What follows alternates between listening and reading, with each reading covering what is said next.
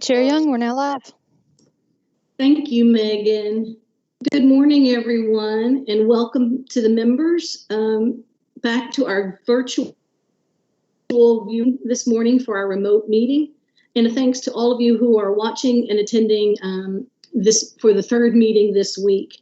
I'm starting to empathize a lot with flight attendants as I share with you a few notes to announce about conducting virtual meetings. The meeting must comply with the requirements of the Open Meeting Act. Accordingly, KBE members who are tuning in virtually must ensure their video is streaming and they can be seen throughout the duration of the meeting. Members tuning in virtually, please mute your microphone when not talking. However, all discussions must be broadcast to the public. Therefore, be sure your microphone is not on mute when you speak. You guys are getting really good at that. Every time you speak during the meeting, please unmute your mic, state your name, and take a short pause.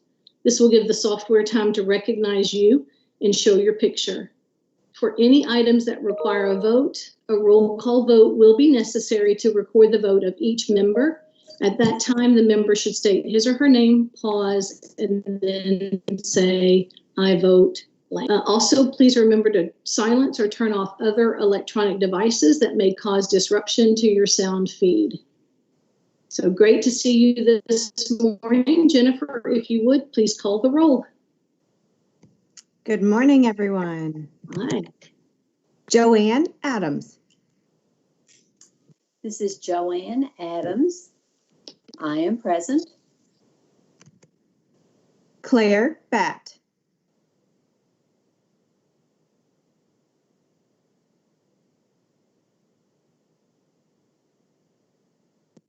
You may be muted, Claire.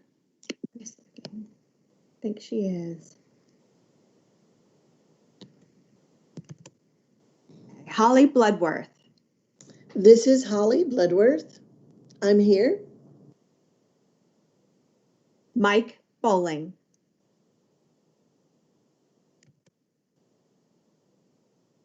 Alvis Johnson.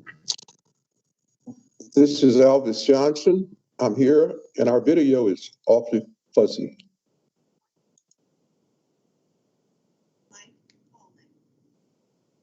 Okay, Alvis, we'll reach out to you about your video. Cody Polly Johnson. Cody Polly Johnson, present. Patrice McCrary. This is Patrice McCrary. I'm here. Sharon Porter Robinson. This is Sharon Robinson. I'm present. Lee Todd. This is Lee Todd, and I'm present. Lou Young. This is Lou Young, and I am present. Lieutenant Governor Jacqueline Coleman. This is Jacqueline, and I'm present, and I'm having video issues, so I'm working on it. Sounds great. Good to have you. CPE President Aaron Thompson. This is Aaron. I'm present.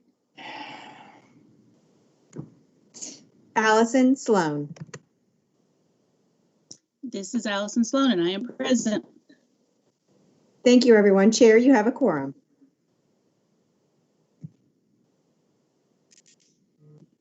Thank you, Jennifer. First item on our agenda is an amendment to KAR 7:125E, pupil attendance. First read, KBE Interim General Counsel Todd Allen, KBE Associate Commissioner Kelly Foster, KBE Associate Commissioner Robin Kinney, and KBE Division Director David Cook will present the proposed emergency amendment to 702 KAR 7:125E, pupil attendance. This emergency administrative regulation is being filed to allow school districts the ability to provide and receive funding for a variety of instructional delivery models to meet the needs of their students and communities in light of continued COVID-19 risks and necessary prevention measures. I'll turn it over to Todd, and board members, you do have this information in the portal. Thank you, Chair Young, and good morning, board members. The next two items that are before you regarding emergency amendment to regulations come to you as a result of a multi-step process.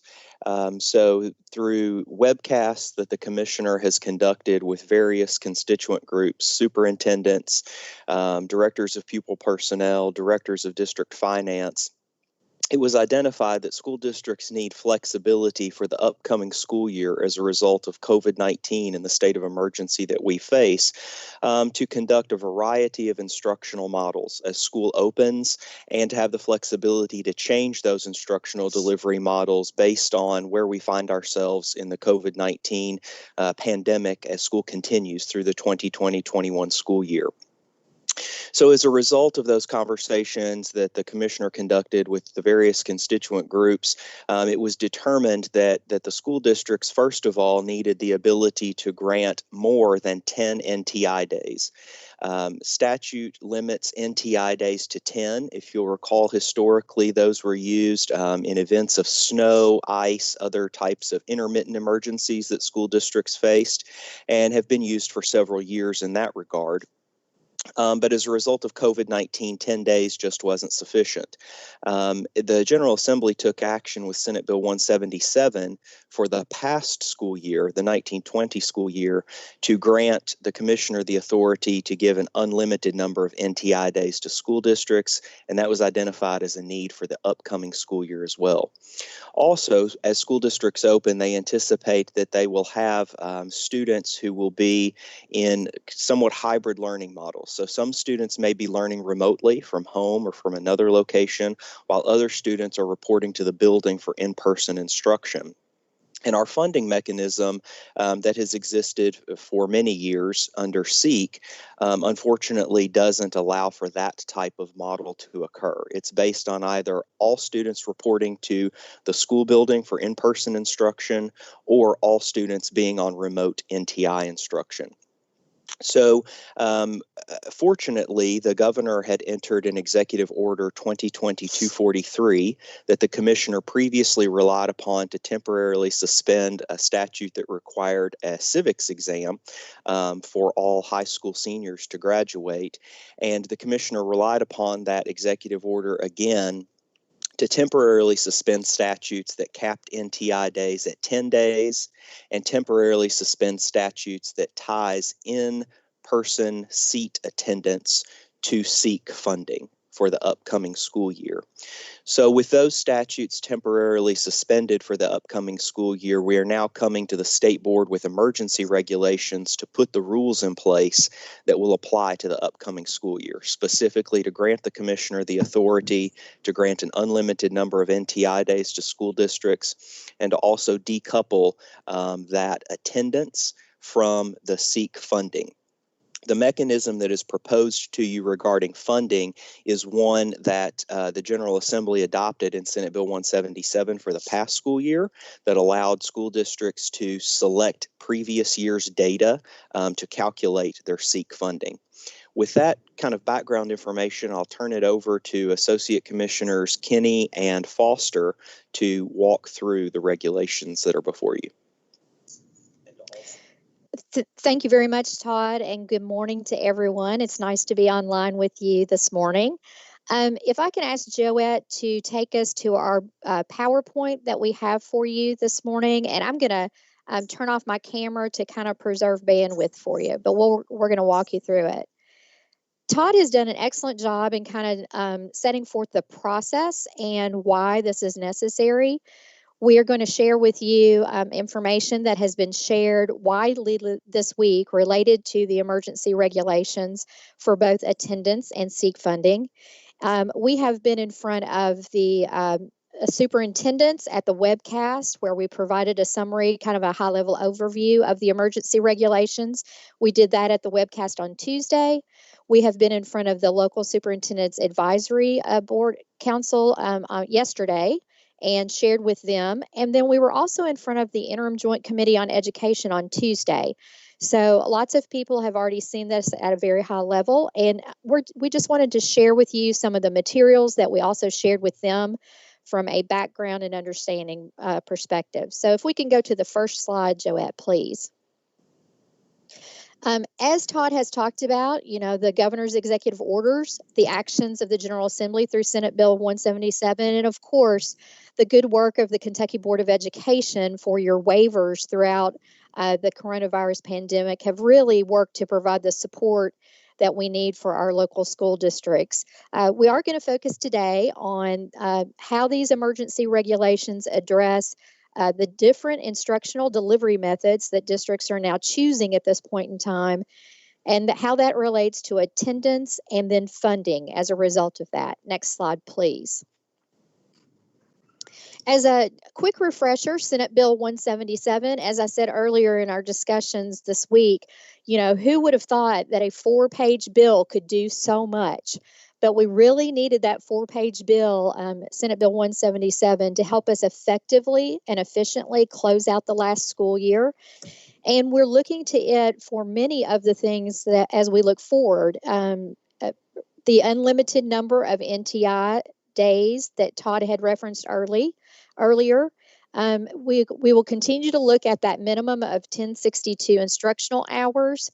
And then there were some provisions in Senate Bill 177 that we really didn't have to effectuate, but they were there, although they weren't needed. So really nice that we had that flexibility for our local school districts. Next slide, please. And importantly, as it related to funding and how we ended that school year, many of you working with local school districts know that at any given time, local school districts have to kind of think in 3 different years all at once. They're looking to the year behind them as they think about what they just finished and what that attendance looked like. They're looking at the year that they're currently in and thinking about attendance, and then how does that affect the year that follows? Because we're always looking a year back on our attendance that then equates to funding for the next year. Because our school year ended so differently than it does in typical years, Senate Bill 177 came up with this mechanism for districts to choose either the use of 1819 attendance data or 1920 attendance data, which would be most beneficial for them as we look forward for this school year's funding. So Senate Bill 177, by that allowance, then set forth how we're going to fund the school year that's upcoming. So as we think about our emergency regs, we're already looking at the next school year, and we have to have that same type of mechanism because we know we're not going to all be in person at the same time, and we're all not going to be remote at the same time. So essentially, we're going to take this model and we're going to just move it forward one more year. That's basically what we're doing with these emergency regulations. Next slide, please. The other reason we need to do this is, of course, Senate Bill 177 only applied to the 1920 school year. So as soon as we got through that school year, while there were very good elements of Senate Bill 177, those have now expired, and so we have to look forward to put some of those same requirements in place for the next school year. Next slide, please.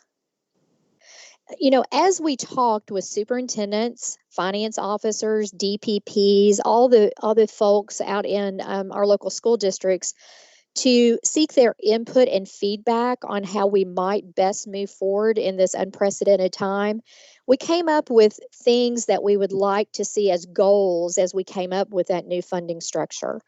We came up with kind of these list of goals that we shared with our local school districts. We wanted the fund structure to be temporary. Our funding structure has been around for a long time. It has good components to the funding structure, and we wanted to make sure that we're not making drastic changes in the time of a crisis. Any changes to our funding structure on a permanent basis requires a lot of thoughtful consideration before we would do that. So we want whatever we're doing to be temporary in nature.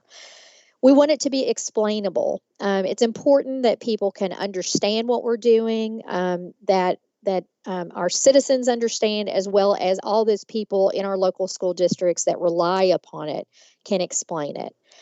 It has to be flexible, of course. We've talked about all the variations in instruction that are going to occur across our 171 school districts. And it has to be adaptable throughout the year because we may have peaks in the virus that may cause districts to have to make those shifts. So our funding model needed to be flexible.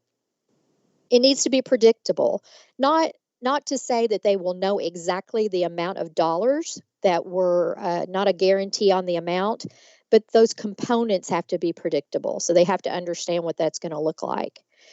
We've also talked about it being verifiable. We typically do audits on attendance, and we are moving away to a different type of model for accountability. And I believe our districts will embrace that accountability. But we have built in, and you'll hear from David Cook a little bit later about we are moving to this model of participation for being verifiable and familiar, meaning as much normal as possible. Anytime you make changes in order to train and educate the workforce that is going to be interacting with it, if you can make things as familiar as possible, that of course is preferred. And finally, probably our most important goal was to not create any type of funding mechanism that would incentivize or discourage the decisions for either in-person or remote instruction. We want to make sure that funding is secondary to the good decisions that do need to be made in your local communities about the best way to provide that instructional support for our children. Next slide, please. So now we look toward student participation and funding calculations for the next school year. Next slide. As we've talked about, we will maintain the same AADA-related data choices that districts made previously. If you'll remember, we've talked about this before as we ended the school year. We had 14 districts that chose to use the 1920 data. Everyone else chose 1819. We are going to mirror the provisions of Senate Bill 177 by decoupling attendance-driven funding to allow for participation. And we think by doing this, the district calendar and attendance decisions will not be impacted by those funding decisions. Next slide, please. Now I'm going to turn it over to, with that backdrop, turn it over to David Cook. And David is going to talk to us about non-traditional instruction and our new look at participation and how districts will be required to collect and report participation data. Thank you, Robin. Good morning, everyone. It's good to be with you virtually. I just wanted to say hello before I turn my camera off, so you could know that I'm here, just like you guys have to sort of check in. So I think I want to start just real briefly. This slide doesn't have a lot of text on it, but it's important for us to remember. There's a fairly significant broadening of this term. Before it was as Todd pointed out, it was a program that was limited to mostly weather-related closures. It was limited to closures only, and now we're in a different place. So we tend to talk about non-traditional instruction as all of the different types of remote learning that might occur, whether those are partial closure where some students aren't coming, or whether they're full-blown NTI days as we've learned to talk about them in the past. Next slide, please. Real quickly, you guys have heard this before. Pilot began in 2011. In 2014-15, it was opened to the entire state. Senate Bill 177 provided an unlimited number of days, and today we are part of this is asking for an extension of that. Next slide, please. This is a little bit of the same information. You all, as you know, back in March, granted a waiver to the application deadline requirement, so all 172 districts could submit an application.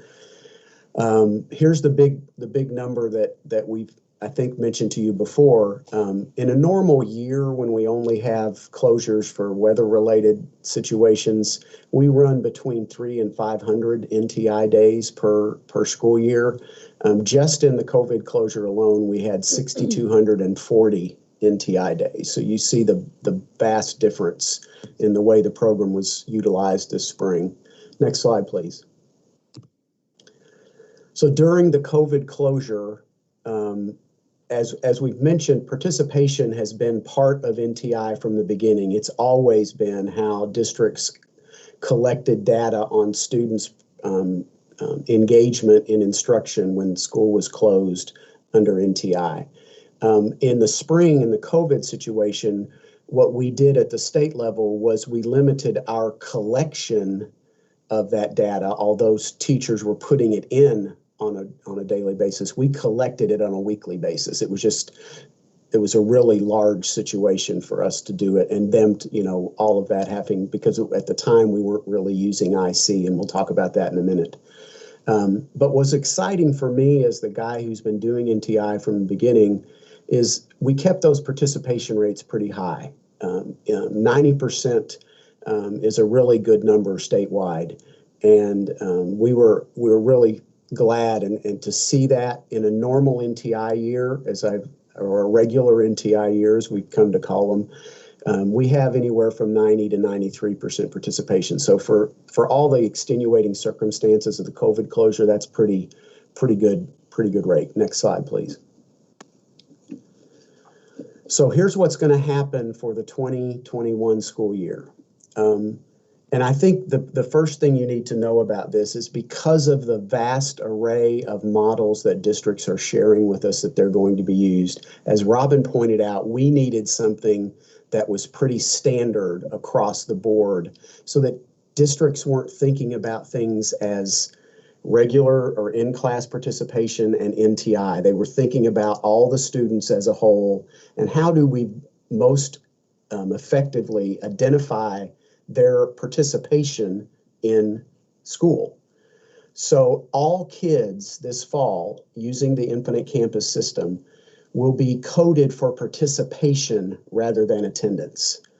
For a student that is an in-person student, whether that be 2 days a week or every day or whatever that case might be, anytime that they show up at school, their participation is their presence.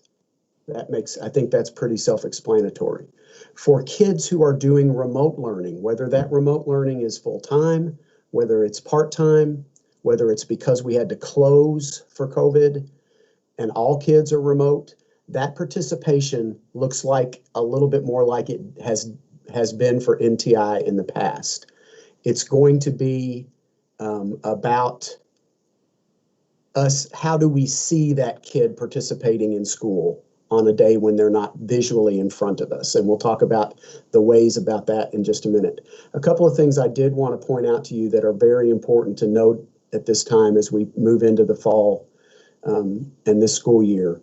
An exciting thing for myself and the review team as we reviewed NTI applications for next year is a definite shift by almost all districts. And a lot of districts were paper-based districts last fall. In other words, they focused on paper-based assignments and they had digital where it was possible. Most districts are making the shift to the other way around. They are building a digital-based remote learning process with paper being the backup when a student needs it because of access. So their general philosophy, culture, mentality is shifting to a digital mindset. The other thing is we are seeing a lot of districts in their applications talk about the use of their CARES money to beef up their devices that they're offering to students, as well as how they're creating connectivity options through hotspots and other things for students. So just wanted you all to be aware that those are the kinds of things our districts are thinking about as they move forward with this situation. Next slide. So I mentioned already that participation for students who are sitting in a seat, like we've always done it, is they're sitting in the seat. That's the participation. You should note that participation is going to be recorded daily, but you'll see a little bit of a caveat to that. So there will be a daily participation entered by teachers for every kid. Now, when we get to those situations of remote learning, NTI situations, whether that NTI is part-time, full-time, whatever the case might be, they're just not physically present in the school. We're going to give them 4 options of ways they could determine that participation had occurred. And again, remember, this is daily. The first is there are one-on-one chats or phone calls for students who don't have digital access between a teacher and a student, or the teacher and a parent if it's a smaller child or a child with special needs. So that interaction, that's a 2-way communication between teacher and student. That's way number 1. Second way is there could be group chats. So the teacher schedules a time when groups of students within a class or a whole class meet with that teacher. That's another way you can check participation on a daily basis. The third and probably most used will be most districts, as we know, have a learning management system in place. Over 150 of our 172 have that now. Those logins to those learning management systems and those interactions between teachers and students inside those learning management systems will be probably one of the largest ways we determine this participation. And then finally, because we know it will still occur, there will be packets that will be submitted or sent out to students that will be collected. We find that the collection of those packets is normally a weekly collection for most districts that do that.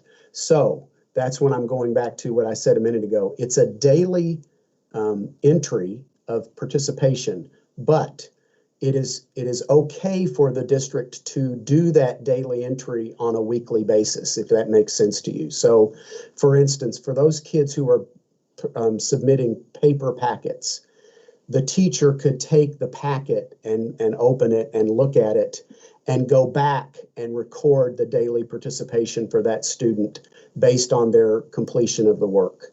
So it doesn't, in other words, you don't penalize a student or teacher if you're doing a weekly submission of instructional material, of assignments, and they can't give it to you every day. So that's important to note, that participation, while it is recorded daily, can be recorded on a weekly basis, particularly for those students who are in a paper-based environment. So all of that will happen in the Infinite Campus system. And then Robin's going to talk in just a minute about the way we're going to report that. It's also important to remember, and every year we go through NTI, and Chairman Young was involved with us a little bit with NTI at one point, is we need to remember always that the purpose of participation is the engagement of the student, the interaction between the teacher and the student.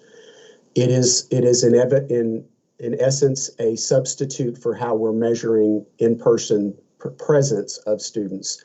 It is not the determination of the quality of work the student did. This is about, are they doing the work they're supposed to be doing? Just like you would be looking at a kid in a classroom and how they're participating in work in the classroom. We still have grading. Grading is still the means by which we determine the quality of the work. So that teacher gets that packet submitted on a Friday. They're looking at it for 2 reasons. One is, did they do the work? Which is why we're checking off participation. And then they're also looking at it to put stuff in the grade book about what that work looked like. So sometimes I've had people concerned or confuse the 2 things, that NTI collection of work is about the quality of the work. No, it's about the work actually being done. We're gonna study it for grading purposes, right? So I just wanted to point that out. Next slide, please. Okay, I've already mentioned most of that, but I know that Robin wants to talk to you a little bit about how we're going to report this beyond the recording of it by teachers all over the state. Thank you, David. I think the other thing, which is certainly of interest and rightfully so, is just making sure that districts are being transparent about how their participation process is actually working.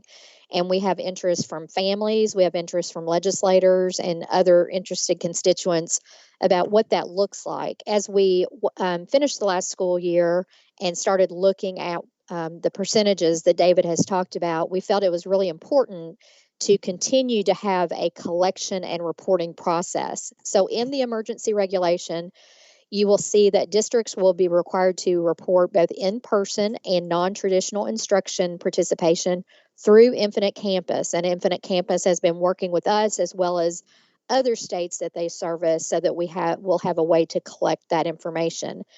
It will be reported in 3 times in the school year. Reported, and we are hopeful that Infinite Campus will be able to generate this report, so it won't be a lot of work for our districts, provided that their teachers are keeping up with that participation on a daily or weekly basis.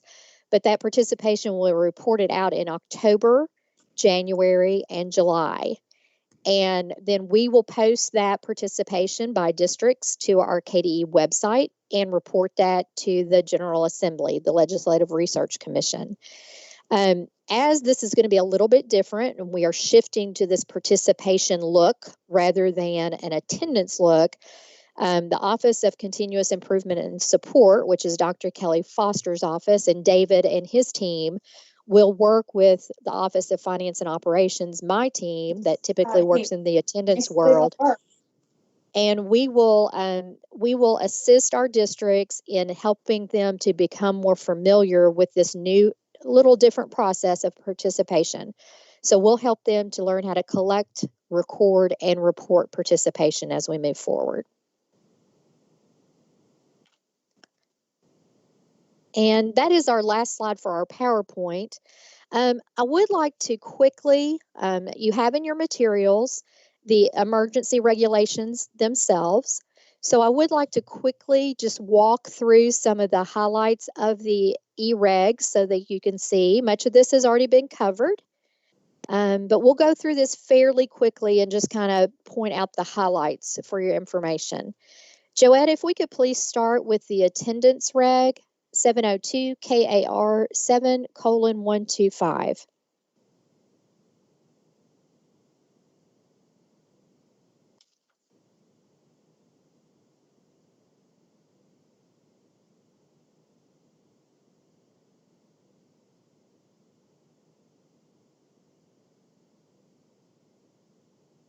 While Joette is pulling that up, I'm happy to take any questions you may have at this point. Oh, there we go. She's got it up for us already. Okay, so if we can start on page 3 of the student attendance reg. And you'll see starting at line 18 on page 3.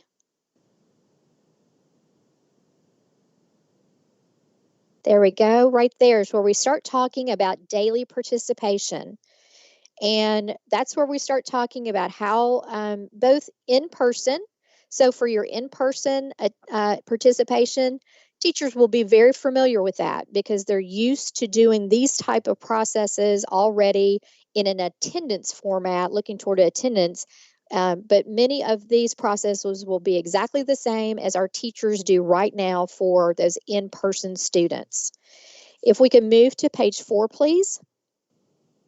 Down to line 17. And you'll see that's where we start picking up and talking about what non-traditional instruction means and what that will look like in many of the things that David talked about. It's a measure of student engagement, not student performance. And it talks about the different models that David walked us through onto page 5 of the different types that participation can be, the evidence of participation can be obtained by our teachers and then recorded in the student information system. If we then go to page 9,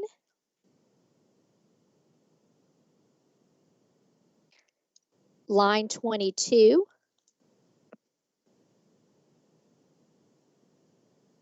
you see that's where we see the information about the reporting, the various dates that will be reported, and the provision of those reports to KDE and the General Assembly. And then finally on page 13,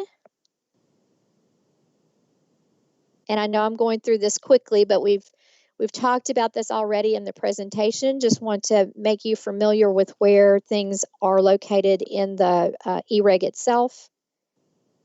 So if we go to page 13, there we are at the bottom. It starts talking and spills over to page 14.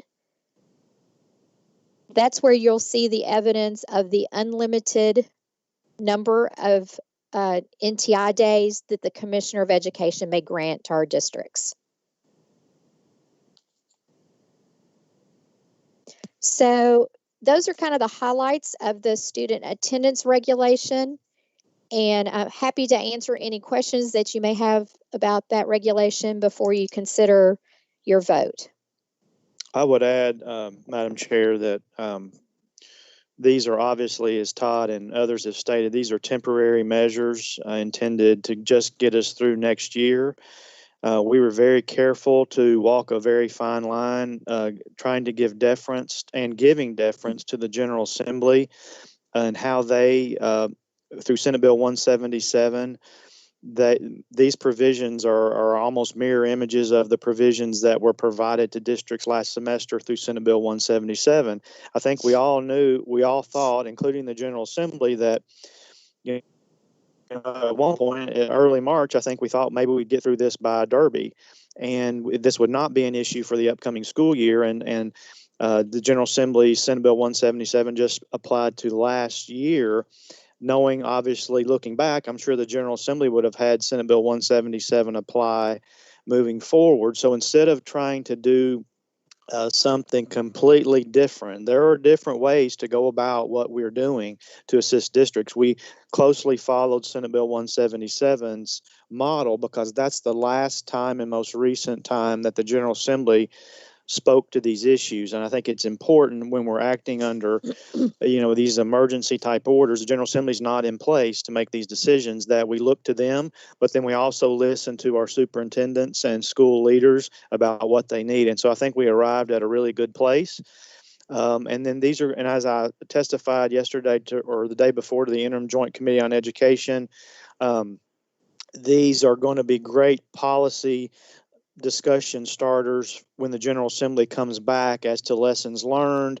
Do any of these emergency provisions that we utilize the upcoming school year when the General Assembly comes back in January are any elements do we need to permanently put in our statutory framework? Or maybe if something's not working quite as we thought it might, the General Assembly, obviously coming back in January, can make those decisions. There are a few outstanding issues unrelated to, not as directly related to attendance and funding, but for example, the 170-day minimum required school year and whether or not that should be waived now prior to the school year. It was waived through Senate Bill 177. That's something we're holding back on right now just because we know the General Assembly can address that in January. At the same time, we're still listening to district leaders as to whether or not that needs to be included. So I say all that to say we're continuing to address issues that are arising, and we may have to have you back several more times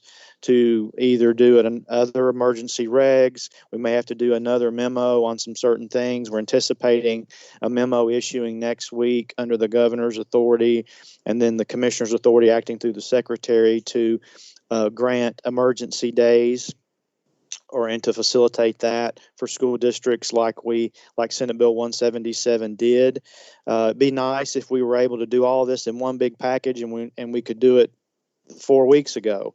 The problem is we're in a crisis. We're adjusting. The virus keeps changing, and we're trying to. And as issues come up in districts, we're trying to address them as best we can. So we're going to keep looking at these things, and additional flexibilities may be coming forward.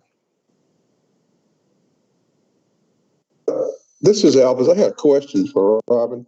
Robin, has there been any thought given to during this COVID period that since we're using the participation model, there are many kids in the school system that get sick and end up getting hospitalized and they can't participate. That's going to drastically affect the funding based on participation that particular school district would have. Is there any thought as to what we might do in a situation where if I got 25, 30 kids in a school district, they end up in the hospital and they can't participate for a number of days. And then I've got to mark them off as being not able to participate. Thank you for that question. That's a good question. And let me make clear that the participation and the levels of participation, while of course we want every student to be involved and engaged in instruction, your level of participation does not tie in any way, shape, or form to your funding. So your funding will already be established based upon either your selection of 1819 or 1920 data. So we're looking backwards to a time where the data was more stable for our school districts. And so if we do have the unfortunate incident where we have children that can't participate, that will not impact their funding. I have a question as well, please, Robin. Is there a protocol in place for students who are not considered in attendance at all? I know there are truancy programs out there and the like when we are in session, but some of this is out of the hand, much of this is out of the hands of our students. Is there a protocol in place for reaching those students? Yes. So compulsory attendance is still in effect.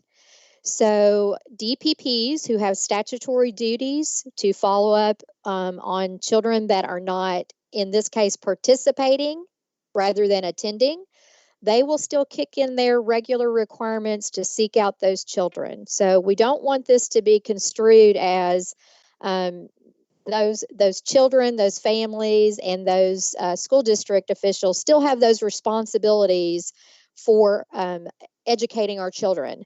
And so we don't want to leave an impression that by taking away the funding piece, that relieves the obligations of the instruction piece. Thank you. I felt certain of that, but I wanted to hear that verbalized. Yeah, thank you so much for that question. That is a very, very important question.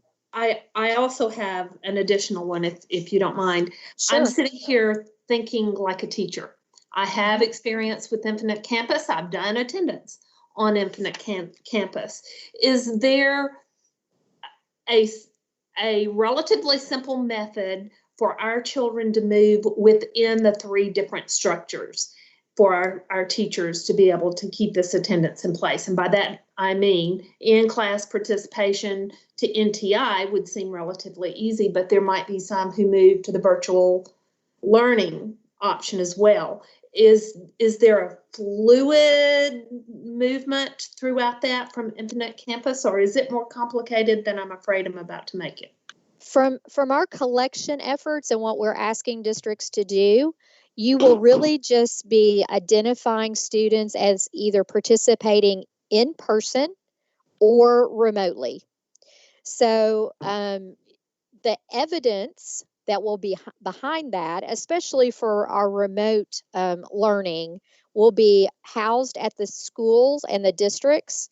And then we will be coming behind them at some point, probably for a sampling or a review of their evidence. But they won't have to put into Infinite Campus each type of evidence and delineate that.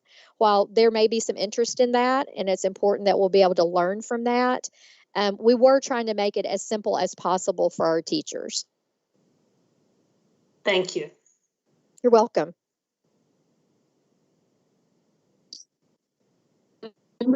Question. Robin, I have a couple.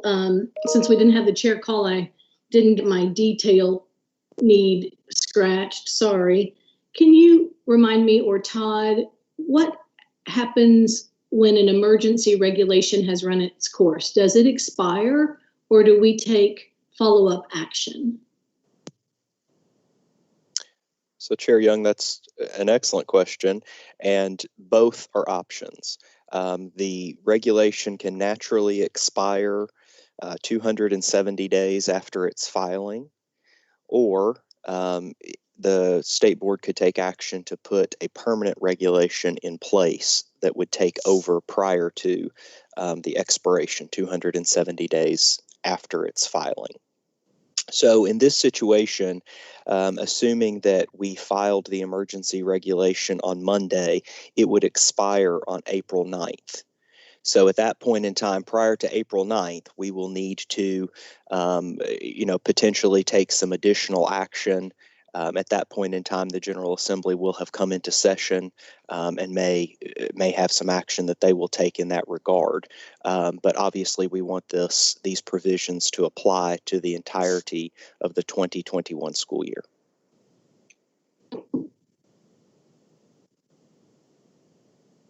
And Kevin, forgive me, or Robin, this is a crystal ball question, but are you hearing from districts about what percentage of students they're expecting might not?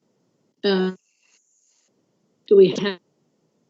Anecdotally, I've heard, and Karen and others, maybe we have done some surveys. I'm not sure about the percentage of students, but anecdotally, from superintendents, I've heard as high as 25.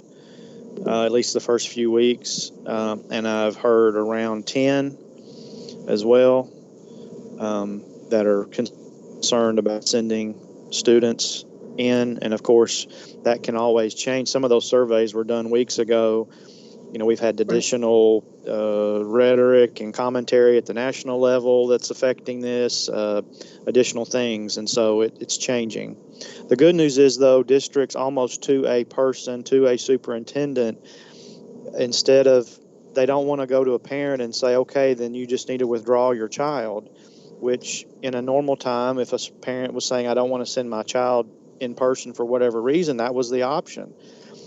Districts are saying, we want to meet you where you are, and we understand if you're fearful. We understand if you're living with grandma and grandma has a medical condition, then you're concerned about the student going in and out in a congregate setting.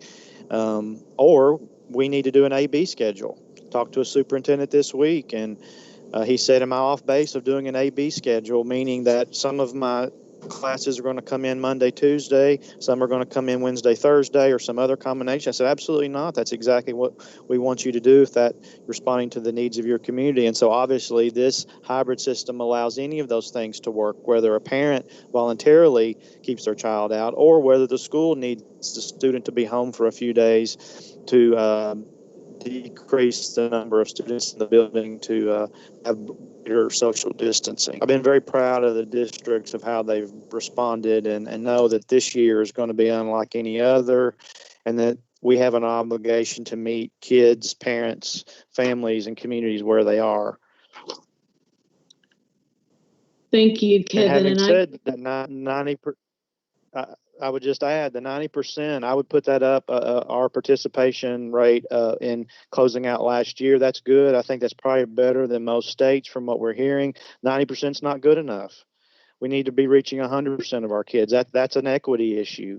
And we're going to have a resolution on that. That's probably one of the first things we can address and try to address. We also know that even if we have 100% attendance in in-class instruction, we're also not reaching that day 100% of those kids for various reasons. Sometimes it's our own failings. Sometimes it's because what this child is bringing in with him or a combination. And so that is going to be with us, and that challenge, whether or not we're in a pandemic or not. Excellent. Thank you. And I've been hearing from a lot of superintendents and working with them in co-ops and listening along in their work and hearing that same commitment to ensure that families don't feel like they have to remove their children to homeschool, that we can provide those remote service for kids and families who need them. Board members, before we move to the vote on the first waiver around pupil attendance, if you have any more questions for Robin or anybody on the team on pupil attendance, this would be a good time to get those out there. This is Jacqueline.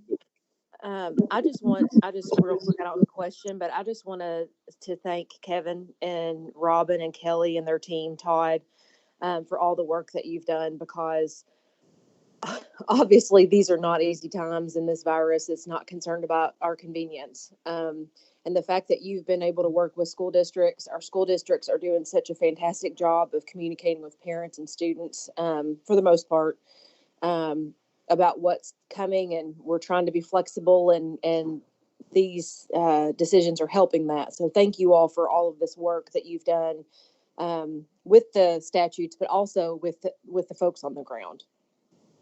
Hear, hear. Mr. Johnson. Yeah, I had a question.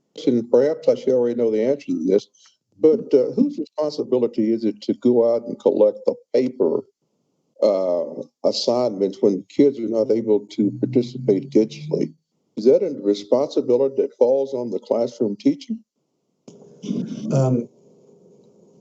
Mr. Johnson, this is David Cook again.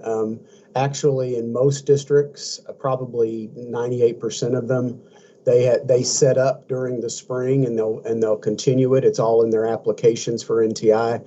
They have a process by which they have distribution points as well as collection points.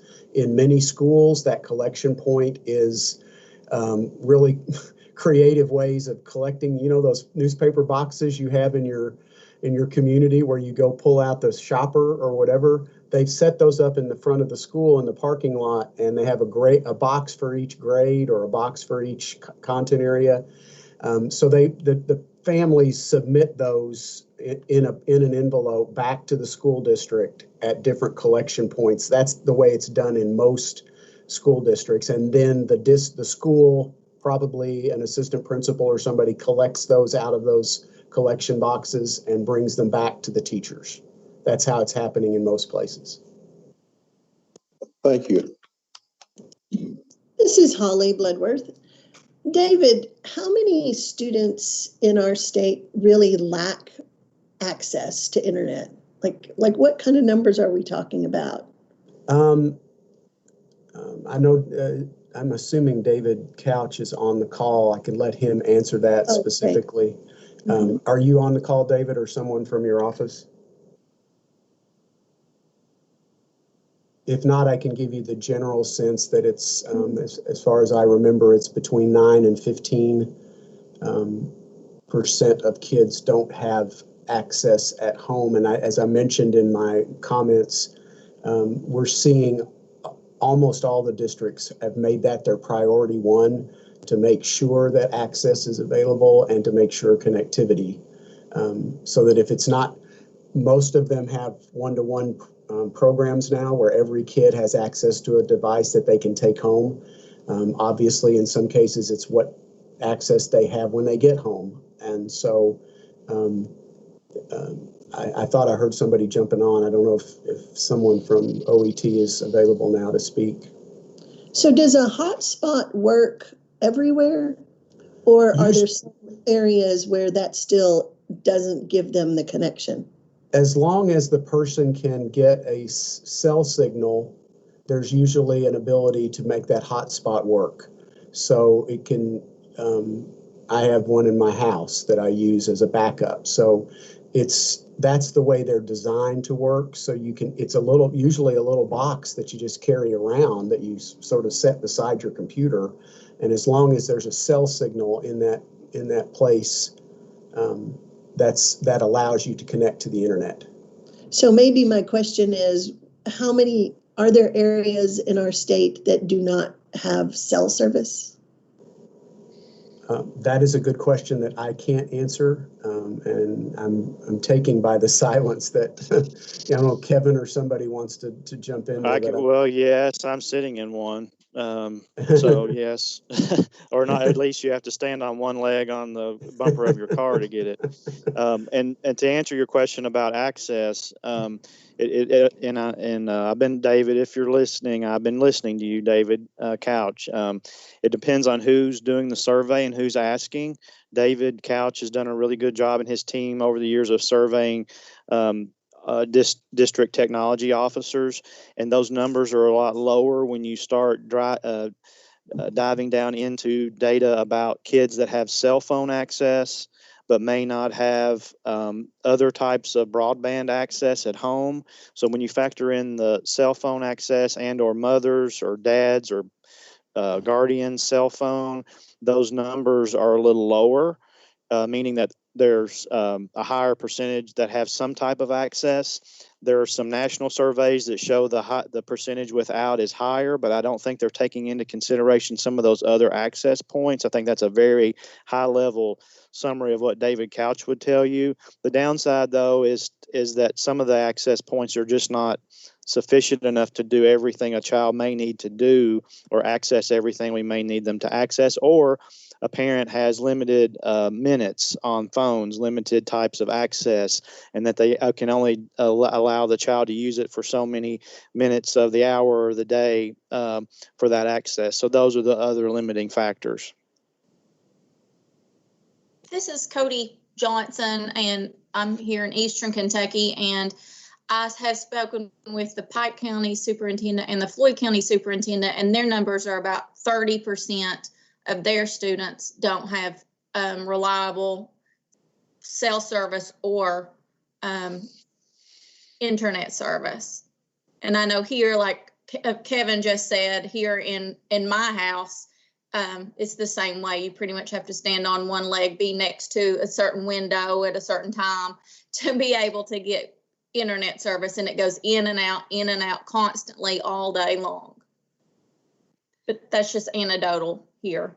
And I'm going to say that's for our children, but that's for our teachers as well, who are trying to provide some of these services. Patrice, this is Allison. I was just going to jump in. Back in the spring, I had a very difficult time providing services to my students because where I live, I don't have really good access. We have, one provider for internet service and that's it. So we don't have much choice. And so when it's not working, it's just not working. And there were times I would try to load videos of lessons to my students, and 2 days later it would show up for them. So it definitely was difficult. So we do need to consider our teachers providing the lessons as well as the students getting the lesson.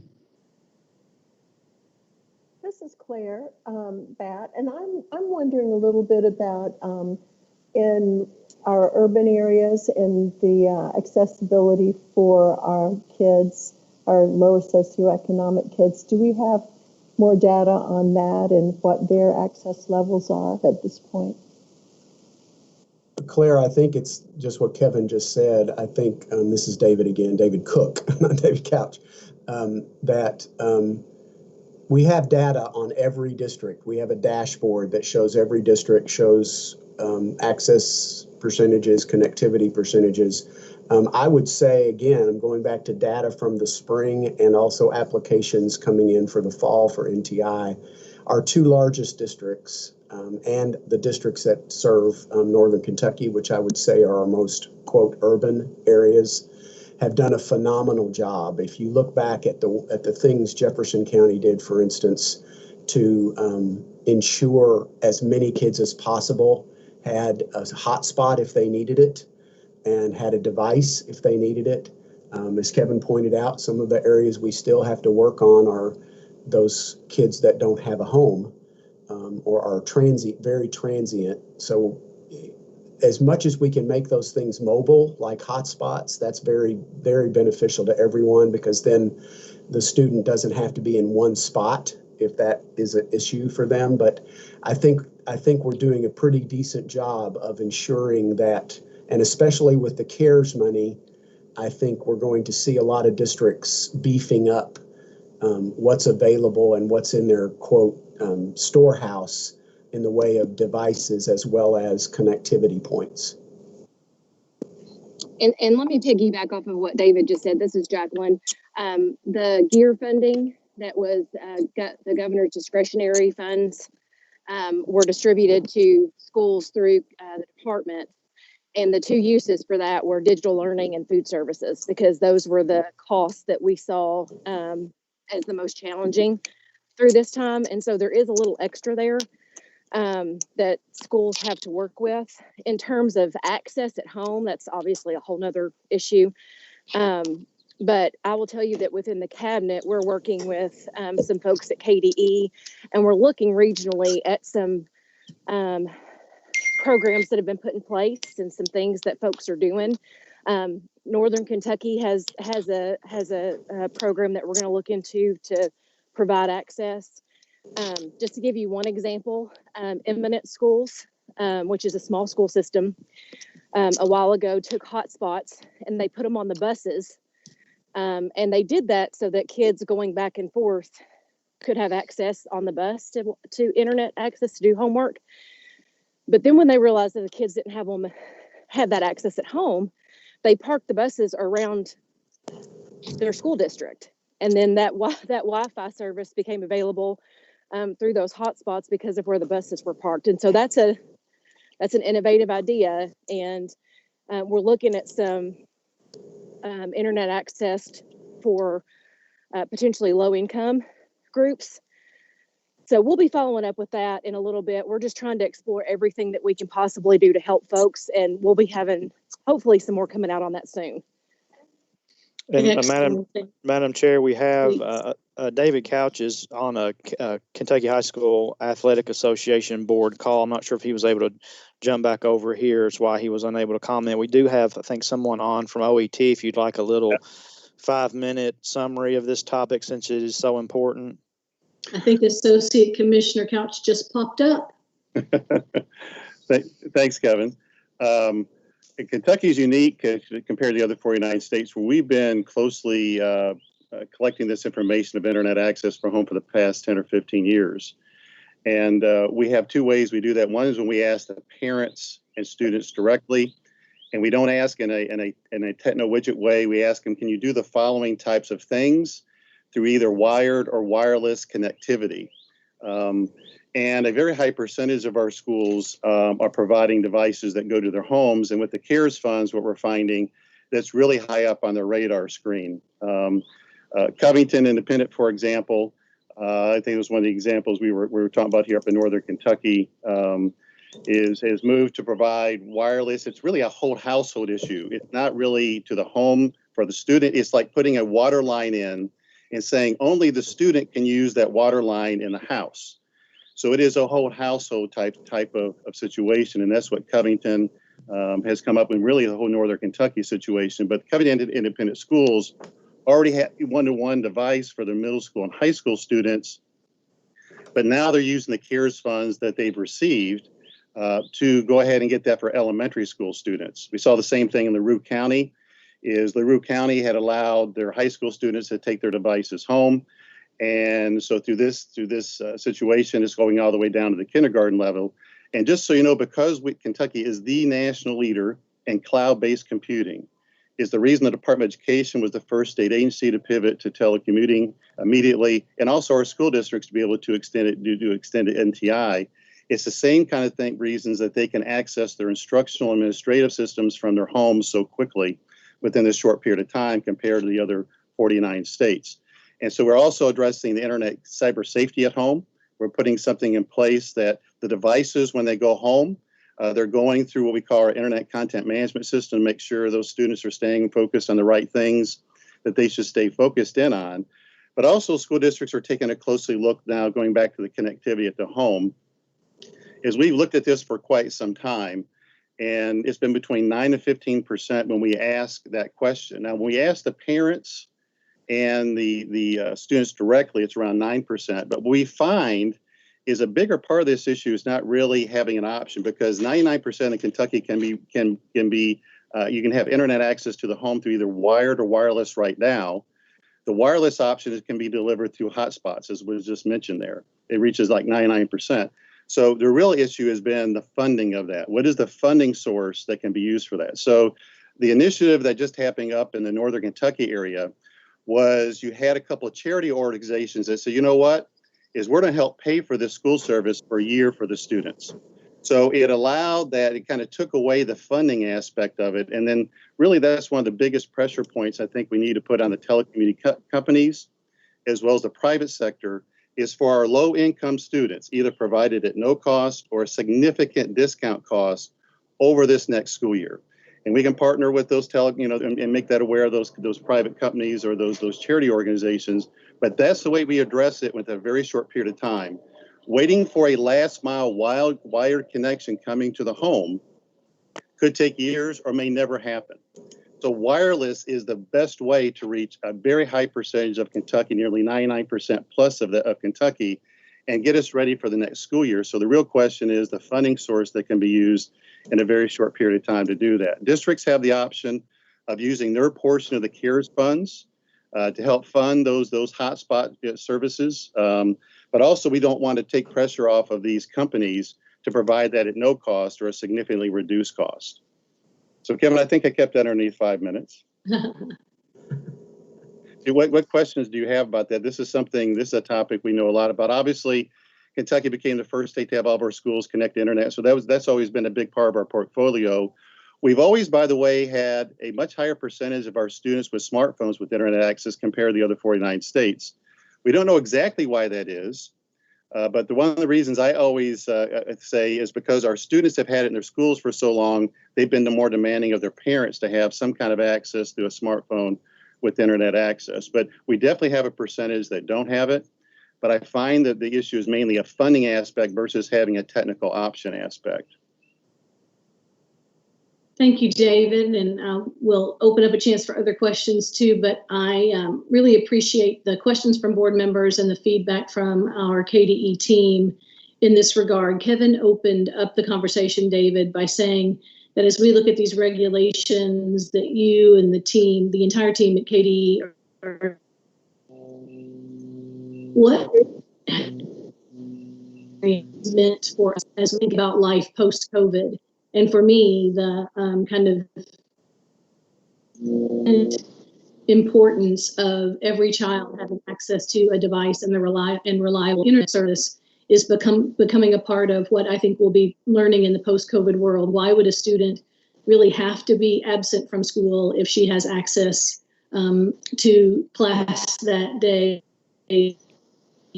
device? So I think that's one of those things that we will see as the silver lining that results hopefully in just a few short months. Yeah, definitely a homebound student needs to be part of the toolbox. They've broken an arm, whatever, this needs to always be part of it. They're just part of the class, even though they can't physically be there that day. I do think it's to be a permanent part of the toolbox. And it's fundamentally a question of equity of access, right? Yes, and opportunity. Yes, absolutely. Other questions about the pupil attendance emergency regulation waiver? This is Patrice McCreary. While we have David here still, I have one quick question for you. I applaud the city of Covington and the initiative that they're taking in this area. Do you know who the catalyst of getting this rolling was? Was it civic leaders or was it their board? This is an excellent model. Oh, yes. Well, Joe Meyer, who is a former senator up there, is now the mayor of Covington, worked with the superintendent who was interested. They had board members interested in solving this. Obviously, the mayor had a community-wide issue that he was trying to address because it's way bigger than K-12, as you know. It affects every aspect of a household. And so that was one aspect. But there's also the other one is the one where I think it's United Way has funded for the service for home. So that's separate from what Covington's done. And I want to say that is 6 or 7 Northern Kentucky school districts along with Cincinnati school districts. So that's the kind of thing that we need because we can't be around waiting for this last mile hard-wired connection to go to a home. There's a way to address it very quickly through these types of approaches. Thank you. You're welcome.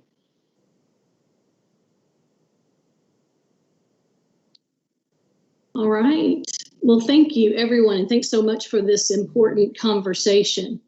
We'll move on then, and as this is an emergency regulation, a second reading will not occur, nor is it required by law. So, board members, do a motion to waive a second and approve 702 KAR 7:125 pupil attendance regulation. This is Albus Johnson. I'll make that motion. Thank you. We have a motion from Mr. Johnson. Do we have a second? Sharon Robinson, I second. Thank you. We have a motion from a second from Dr. Robinson. Any further discussion?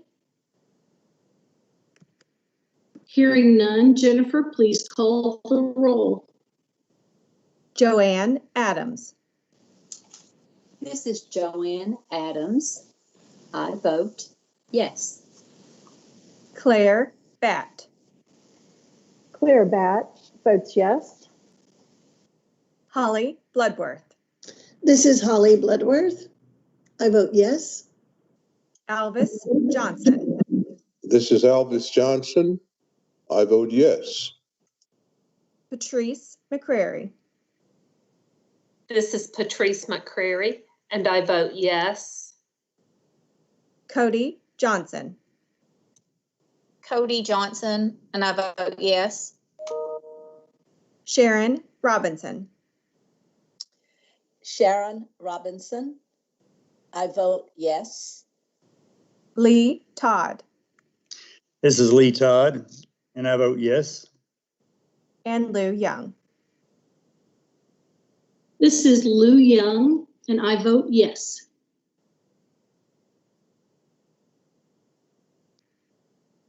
Thank you, Chair. The next item on our agenda is the amendment to 702 KAR 3:270E, SEEK funding formula. You heard the presentation from Robin on that, but perhaps, Robin, we should walk through the regulation or whatever, however you want to take us forward on this second waiver consideration, please. Sure, I'm happy to do that. Thank you very much, Chair Young. If I can ask Joette to pull up the regulation itself and turn us to page 4 of the regulation. And I'll quickly go over on the regulation itself, sort of the highlights. Starting at the top of page 4, line 3.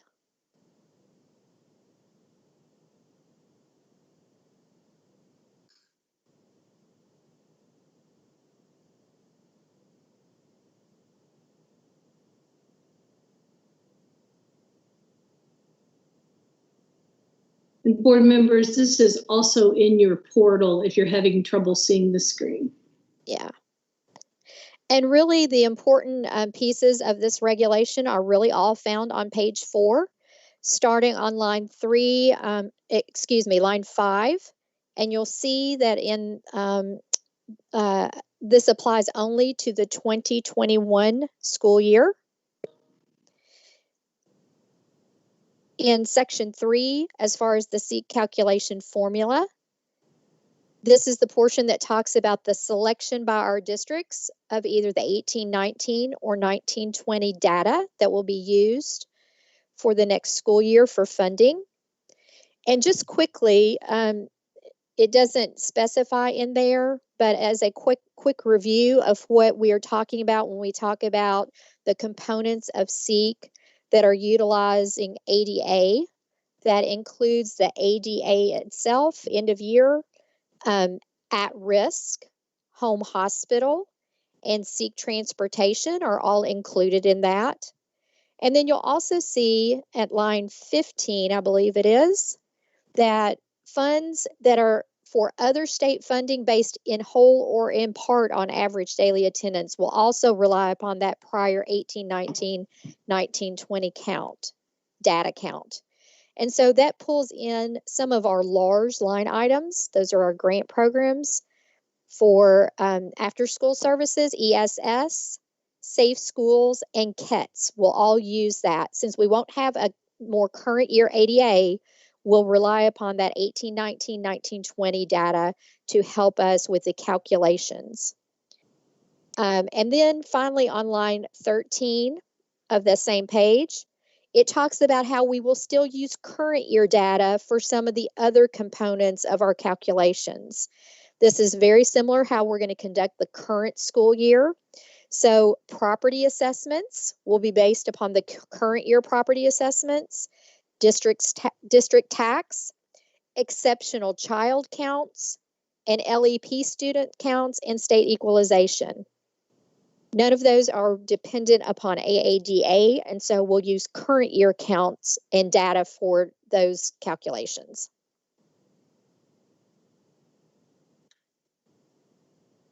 So I'll pause there. Those are really the important components. That regulation is fairly lengthy, but you'll see that we have moved all this information to the front on page 4, and then that allows us to strike through the significant portions of the rest of the regulation itself.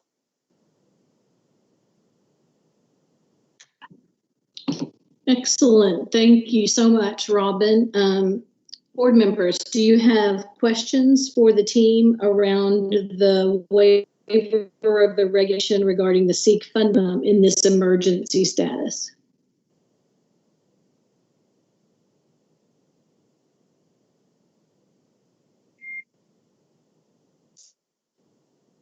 All right, thank you.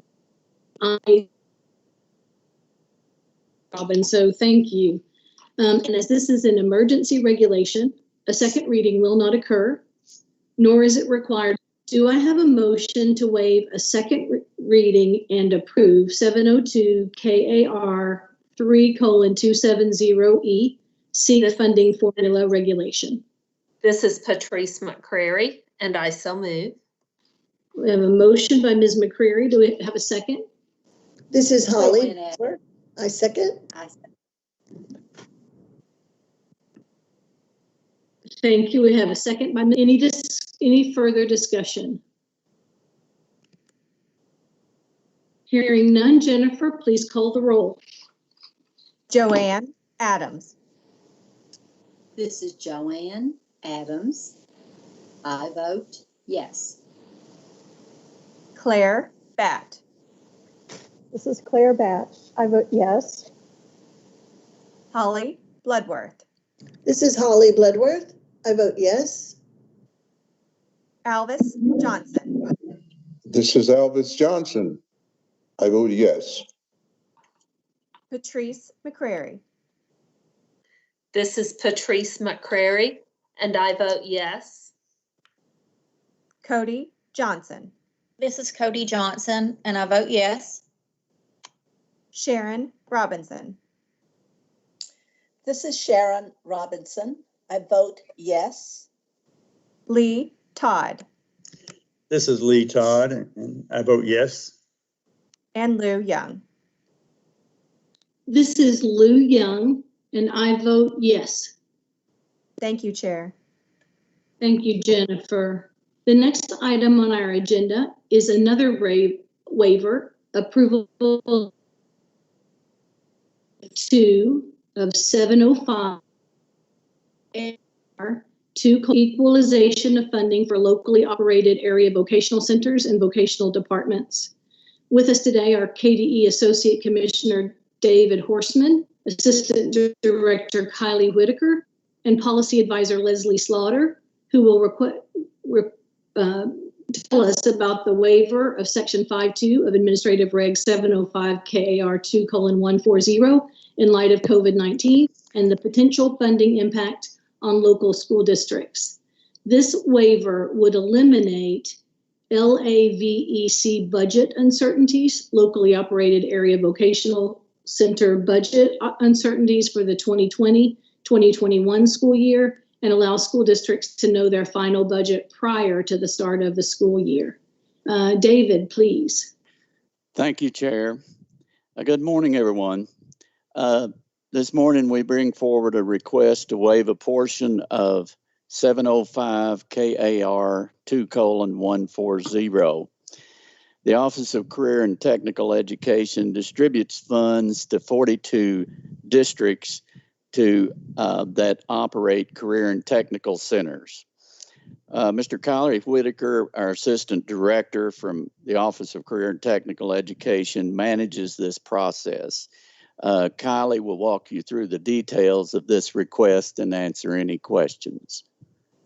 Kylie? Thanks, David. Do you mind if we pull up the one slide that I have for this?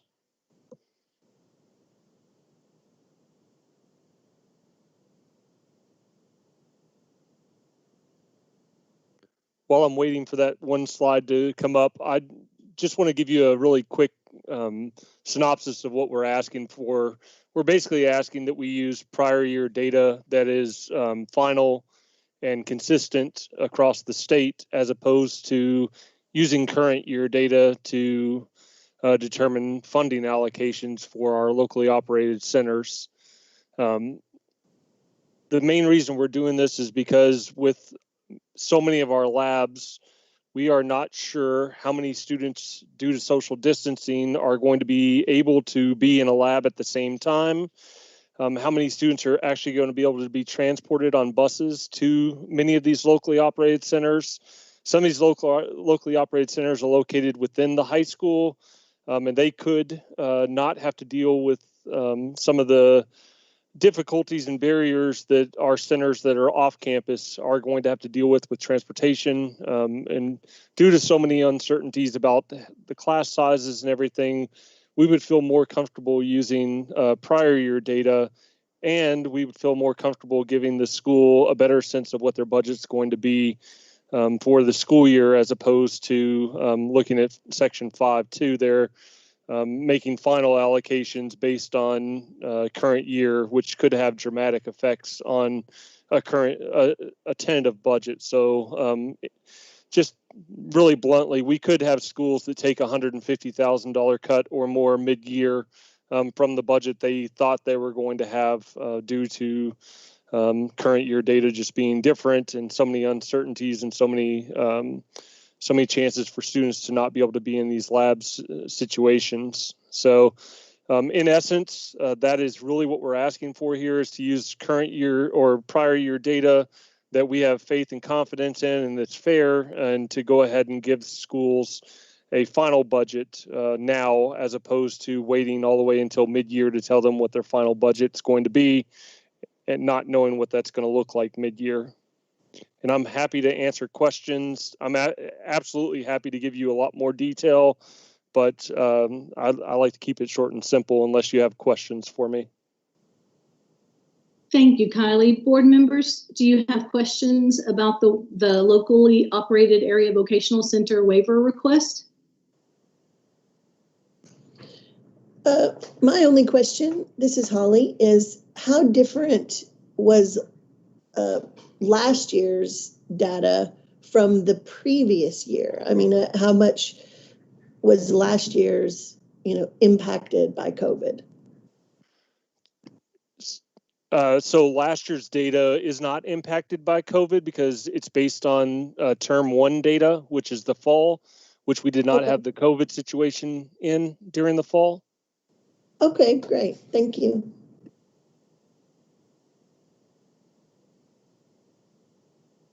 Madam Chair, I make a motion to approve the waiver. Thank you so much, Mr. Johnson. So we have a motion to approve waiver of section 5.2 of Administrative Regulation 705 KAR 2:140. Do we have a second?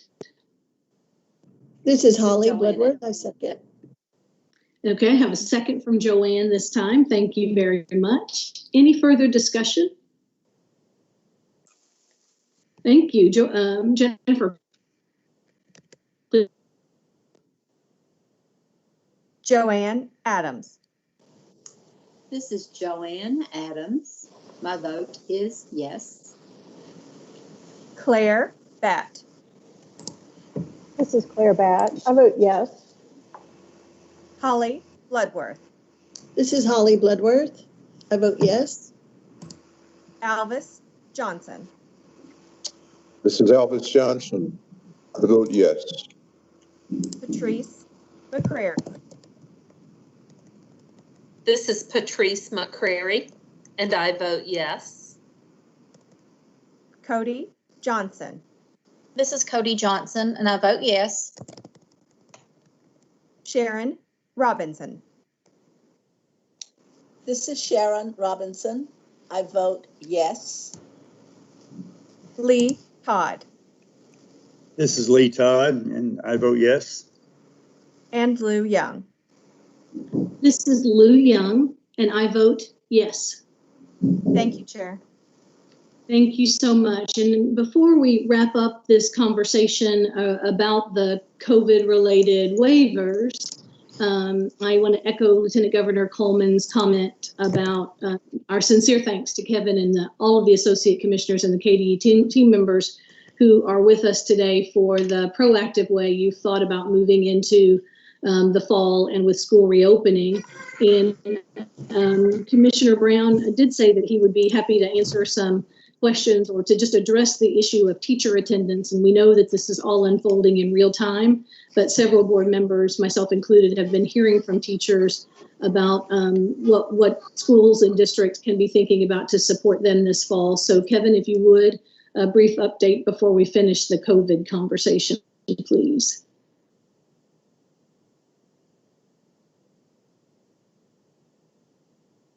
And you may be muted. We may have lost him, Chair Young. Let me text him and see. Oh, he is in the country. Oh, there he is. Oh, there he is. Yep. Good. Hi, Kevin. I got dropped. Yeah, we lost you for a minute right when I was tossing the ball to you. I think you were going to toss it to me to talk about some other flexibility issues and concerns. Is that correct? Yes, sir. We've been hearing mostly from teachers in the last week or so as things have unfolded, and just wanted an update. And again, we give you all kinds of grace in terms of knowing that these things are unfolding in real time, but any updates that you could share about how districts are working with their adults, teachers, and staff in preparing for the fall. Sure.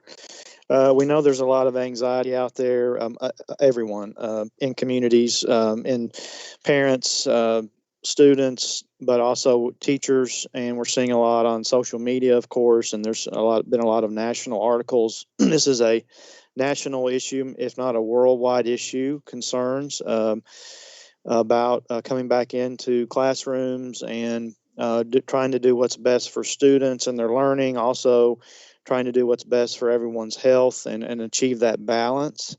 I had a similar question to this past week at the Interim Joint Committee on Education about concerns from teachers and about, for example, a teacher in a classroom that may have a underlying medical condition, and then the worry of students not being compliant with keeping masks on, or even inadvertently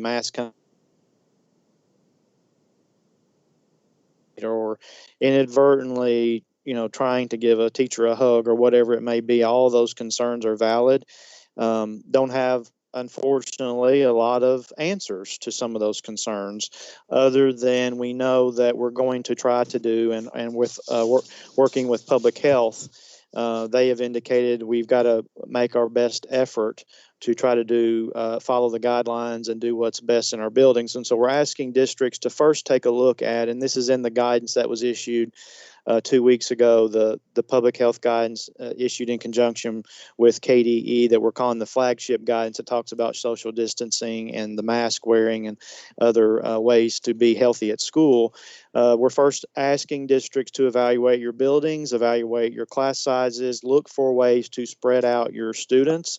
The ideal scenario is bringing students back with 6 feet or greater distancing during class time, spreading out class change.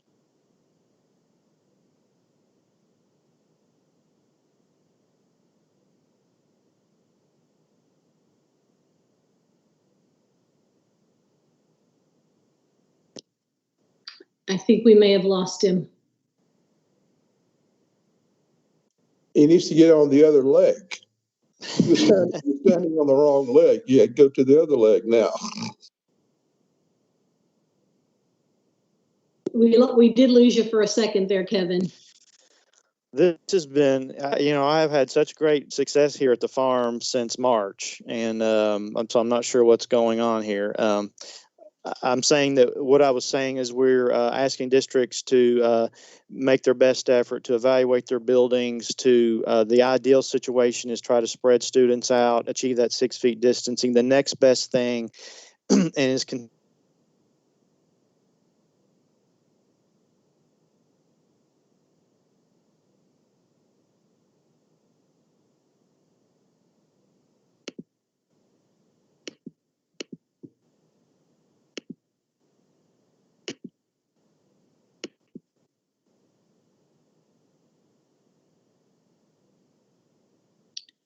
Okay, let's give him a chance to jump back in when he can.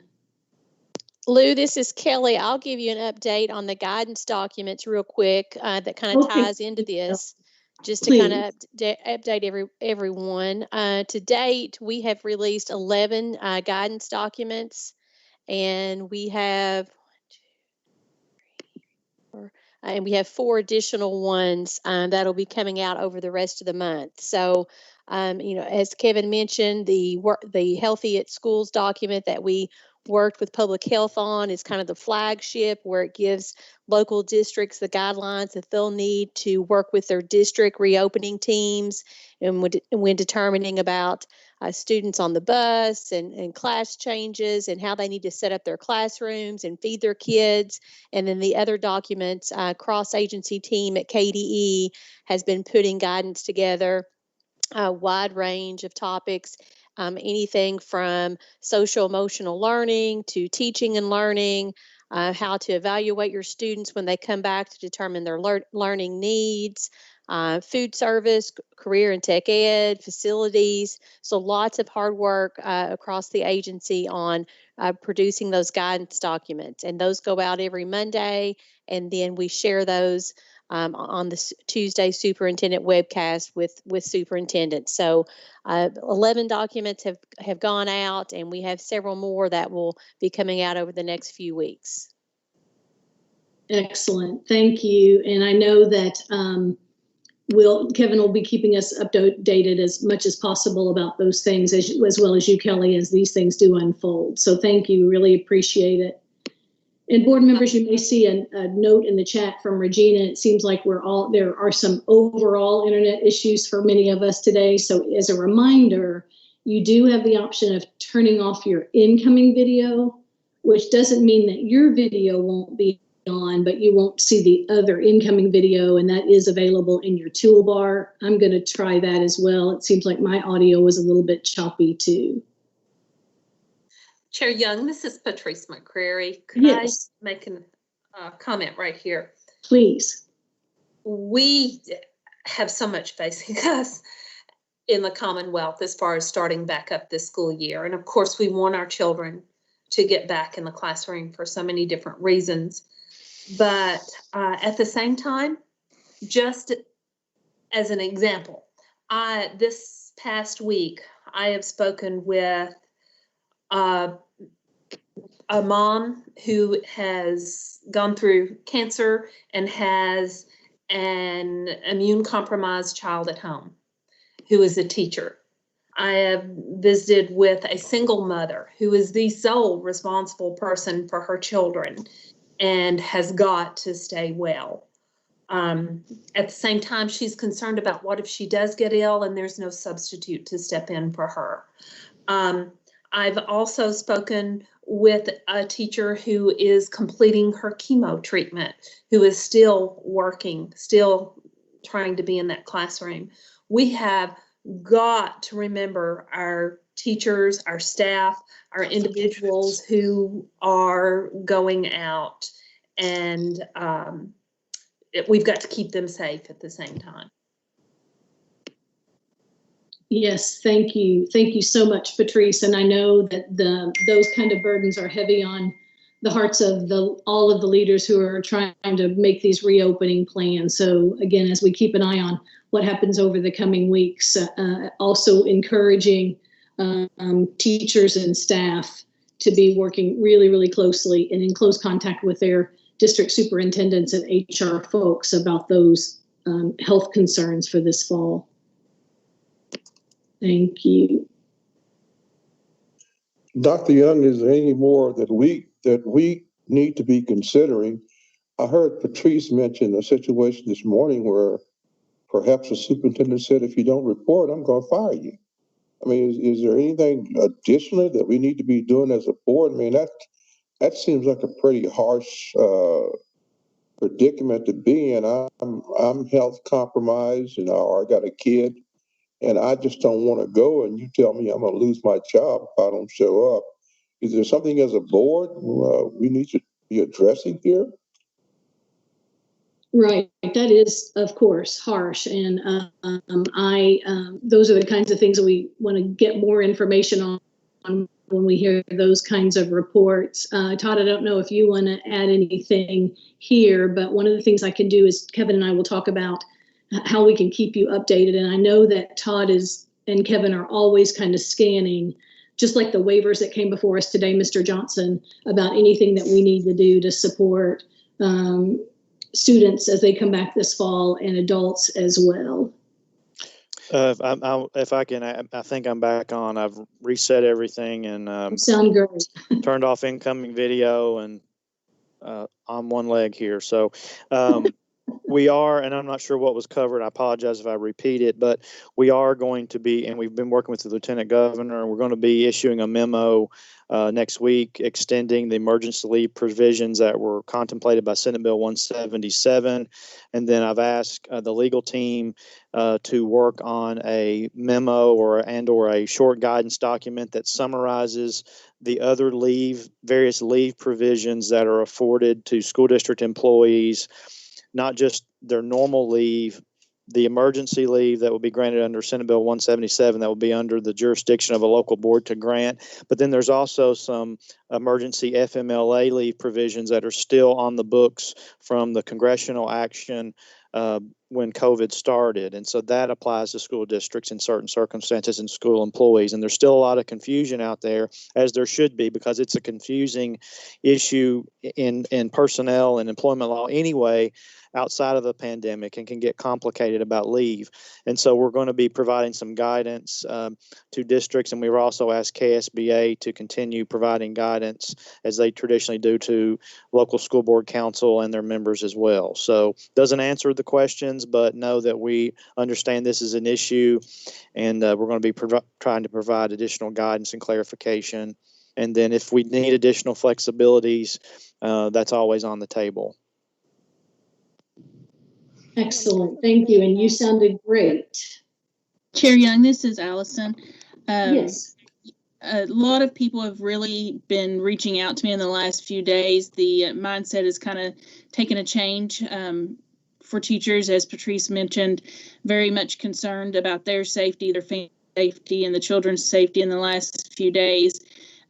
Just even today, I've had several people reach out to me with concern that local school boards and schools having professional development going back into school, and even our board meetings are still virtual, but yet we're planning for schools to go back in face to face. And there's a concern of that, is why are we still being virtual and meetings still being virtual when then we're asking and planning for teachers and employees to go back into school. So I know there's still several, a few weeks left before the first schools go back into session, and lots of things can change between now and then, but I did tell them that I would make sure to bring that topic up to the board today to see if there was anything we could discuss about that. Thank you. Thank you, Allison, and thank you, everyone. And Kevin, I know we'll be meeting more times in the coming weeks, so would appreciate those continued updates. This is Claire Batt, and I'd also like to bring up an issue that a number of people have addressed with me. One is the quality of the PPE that will be provided, reuse, what types of PPE, and the costs associated with providing the PPE to teachers and other school personnel. The other issue is if a teacher or school personnel were to become sick, the cost associated with that, would that be covered under workers' comp, or is that going to be under the individual's health care? And the excessive costs associated sometimes with treatment of someone who is terribly ill. Those were concerns that people would like addressed. I think Robin Kinney can certainly address the PPE issue, the distribution, the quality, how that's becoming available through state contracts as well as through other purchasing mechanisms in districts. So Robin, if you can handle that one. The issue about workers' comp, is probably an issue of first impression and very good one. So not sure we have an answer to that, but I'll defer to Todd on that one. So Robin, can you quickly answer the PPE one? Sure, I'll be glad to try to tackle that one. The PPE, I think it's a good question about the cost of it, and it will, it will impact school districts as far as additional expenditures. They can use their CARES Act money, and I know we say this over and over. We talk about using CARES Act for this or that or the other. So they can use their CARES Act money for those costs of PPE. We have also been in contact and had available on our superintendent webcast a couple of weeks ago a lady from emergency management, Kentucky Emergency Management, and representing and talking to districts about eligibility under FEMA. And we have encouraged our districts to apply as applicants. That group is now emergency management through their contractor working through FEMA are now scheduling individual meetings with each local school district to advise them of eligibility and also talk to them about possible eligible reimbursement expenses for that. We also heard some good news last week, or maybe it was earlier this week, from the Department for Public Health about thermometers. And you may have seen that through our partnership with the Department for Public Health and the Kentucky Transportation Cabinet, we are distributing this week to our local school districts no-touch thermometers, about 12,500 thermometers going to local school districts. So we are looking at every possible fund source to assist our districts as far as access to those PPE requirements. And then we'll also be we are collecting any information from state available contracts to be added to our COVID-19 website. Districts have always been afforded the opportunity to purchase off of state master agreements, but that is not a familiar place for our school districts to turn to. So we're going to create a link off of our COVID-19 website to kind of help them with accessibility to things. Excellent, thank you. And I really, really appreciate the nimble way that the team is able to answer our questions on the spot today. So thanks so much for that. And I know we'll be getting more updates. As Kevin said, it's a pandemic. So we have lots of questions that come out of all of the anxiety that's out in the field and in our communities right now. So we really appreciate those updates. And Jennifer, if you will help me before. I think I may have missed. I know the question that we're not going to be able to answer is it's a great question about workers' comp and healthcare. It's I'm sure an issue of first impression, but we will flag that. And then I think, Claire, there was a third question that I don't know that we answered. And I don't remember what that was. A third part of your question. Or did we cover it? Claire, you're muted.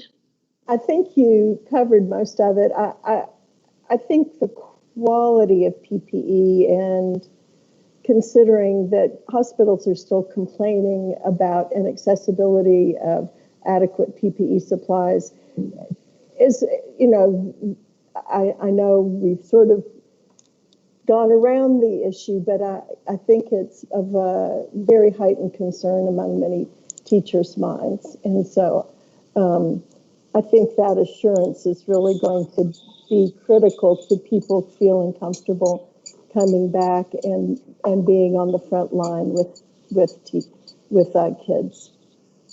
That's good. And Claire, sorry, Kevin, let me just say this. We've been working very closely with the department and recognize that funding is obviously an issue. And if we're asking folks to have masks and to keep them on and to have the things they need to stay safe, sorry, that's Evelyn in the background.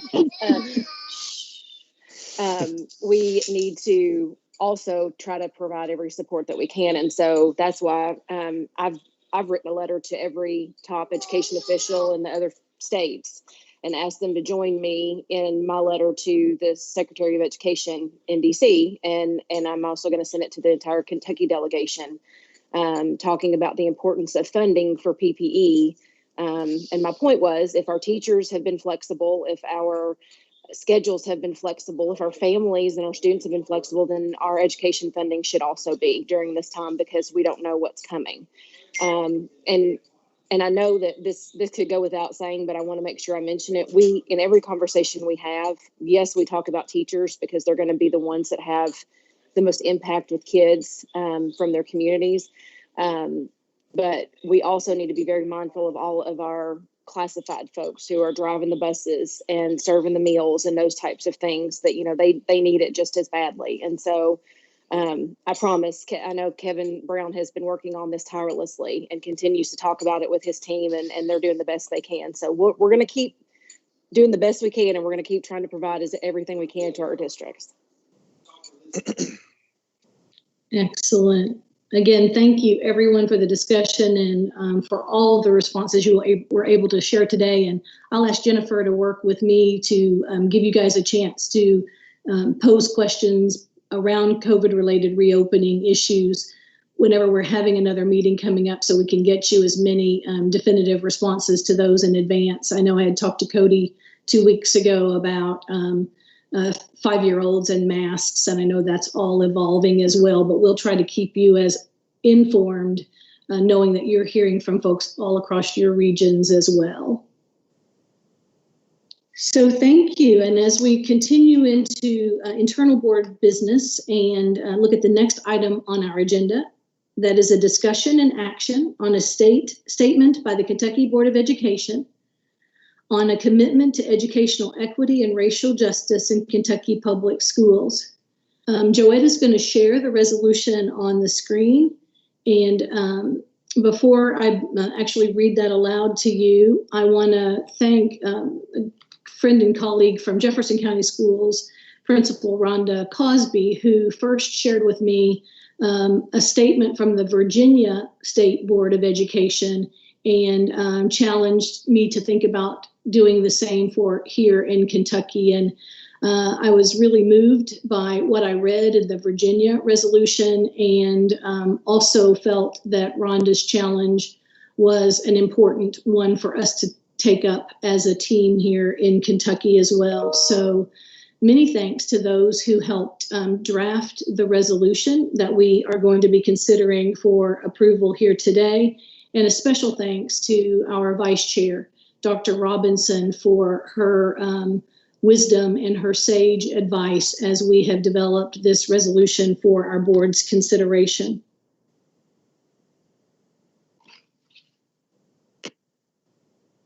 At this time, I will read the resolution, and then we will open up for any discussion or feedback from board members.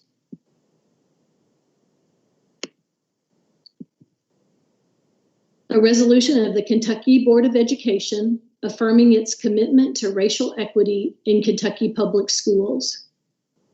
Whereas the vision of the Kentucky Board of Education is to ensure that each student is empowered and equipped with the knowledge and skills to be successful in a complex and competitive world.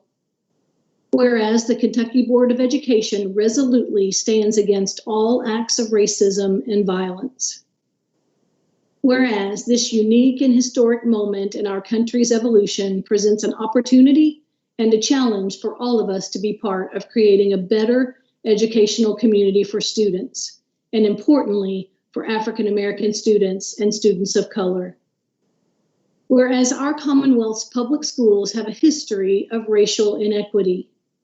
Even today, students and staff of color, particularly African American students and staff, are often left out of the conversation and remain unheard. Whereas academic achievement gaps prove to be pernicious challenges that have not been successfully eliminated. Even with the progress we have made in recent decades with increases in achievement overall, there has been no significant reduction in closing such gaps between racial groups. In fact, in some school districts, gaps have widened. Whereas the Kentucky Board of Education is committed to delivering on its core promises to every member of our public school system. Every child deserves a high-quality education. Every staff member deserves to be respected in the workplace. Every voice deserves to be heard. Whereas we believe that educational leaders must embrace diversity, assure equality, and shape the future of all of Kentucky's children. The Kentucky Board of Education is dedicated to tackling racism through support of inclusionary teacher preparation programs that put highly qualified teachers of color in front of students and school improvement options for local districts to close achievement gaps. Whereas every student in the Commonwealth deserves equitable access to excellent educators who have unique experiences and perspectives, quality preparation, and are committed to the success of all learners. Kentucky's education leaders have a shared responsibility to deliver a high-quality education to all students. Together, with deliberate action and shared commitment, we can deliver on that promise. Whereas the initiatives that promote the development of a teaching population that reflects the makeup of the student population have fallen woefully short. According to the Kentucky School Report Card, Kentucky's African American teacher workforce during the 2018-19 school year was a mere 3.33%. That percentage is conspicuously low when compared to Kentucky's African American student population at 10.6%. Whereas, pursuant to KRS 158.649 and 703 KAR 5:225, every school in Kentucky must annually develop, review, and revise a comprehensive school improvement plan that includes biennial targets, strategies, activities, and a time schedule calculated to eliminate the achievement gap among various groups of students to the extent that such a gap exists. Accordingly, the Kentucky Department of Education must provide districts and schools with knowledge, resources, and technical assistance for their use and to monitor them in planning and implementation of their strategies and activities to help close the achievement gap. Whereas we acknowledge that the Commonwealth must make a concerted effort to address the social and emotional health of our students and staff. As we confront the convergence of serious racial unrest and a global pandemic, we know that many members of our education family, children, youth, and adults, will return to school this fall experiencing some level of trauma. Mental health must be at the forefront of all our decision making. Whereas we stand firm in these beliefs and are resolved to bring about meaningful change in all Kentucky public schools, without such change, socioeconomic and racial opportunity gaps that have existed for decades will undoubtedly continue. Now, therefore, be it resolved that the Kentucky Board of Education will amplify our voice in support of minority students, their families, and minority educators. We will not only listen to their concerns and aspirations, but we pledge to leverage those concerns and aspirations to inform our actions. Be it resolved that we call on educators, schools, and districts to commit to listening to those seeking to be heard, and to ensure that young people of color feel valued and safe in school and the community. We challenge our schools, districts, local boards of education, educational cooperatives, parents and families, and communities to join together to break down the barriers that stand between our students of color and the equitable education they deserve. We envision a future where all educational leaders actively engage minority voices within their communities to influence decisions. Be it resolved that we urge all schools to examine the Kentucky Framework of Best Practices for School Counselors, released by the Kentucky Department of Education on June 2nd, 2020. This framework is the first of its kind in the Commonwealth and helps to reimagine and realign the roles and responsibilities of school counselors so they can better meet the immediate needs of our students. We call on all education personnel to focus on the mental health needs of our students, provide more individual and small group counseling services, and increase care for the whole child, because we know that a child who is hurting cannot learn. Be it resolved, the Kentucky Board of Education asks the Kentucky General Assembly to recommit to the provisions of KRS 161.165, which outlines the importance of diversifying the teacher workforce by restoring funding for programs like the Kentucky Academy for Equity in Teaching, KAET.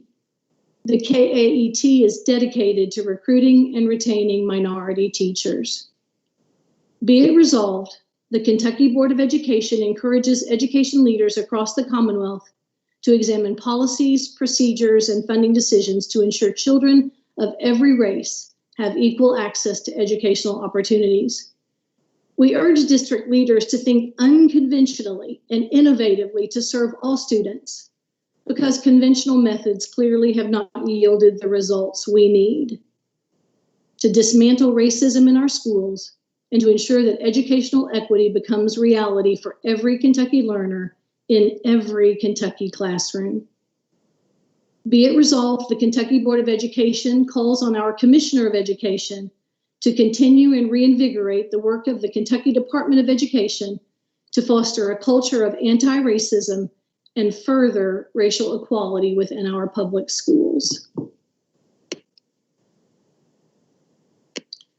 So having presented that draft, I'd like to open up for any discussion on the part of board members before we consider approval of our resolution.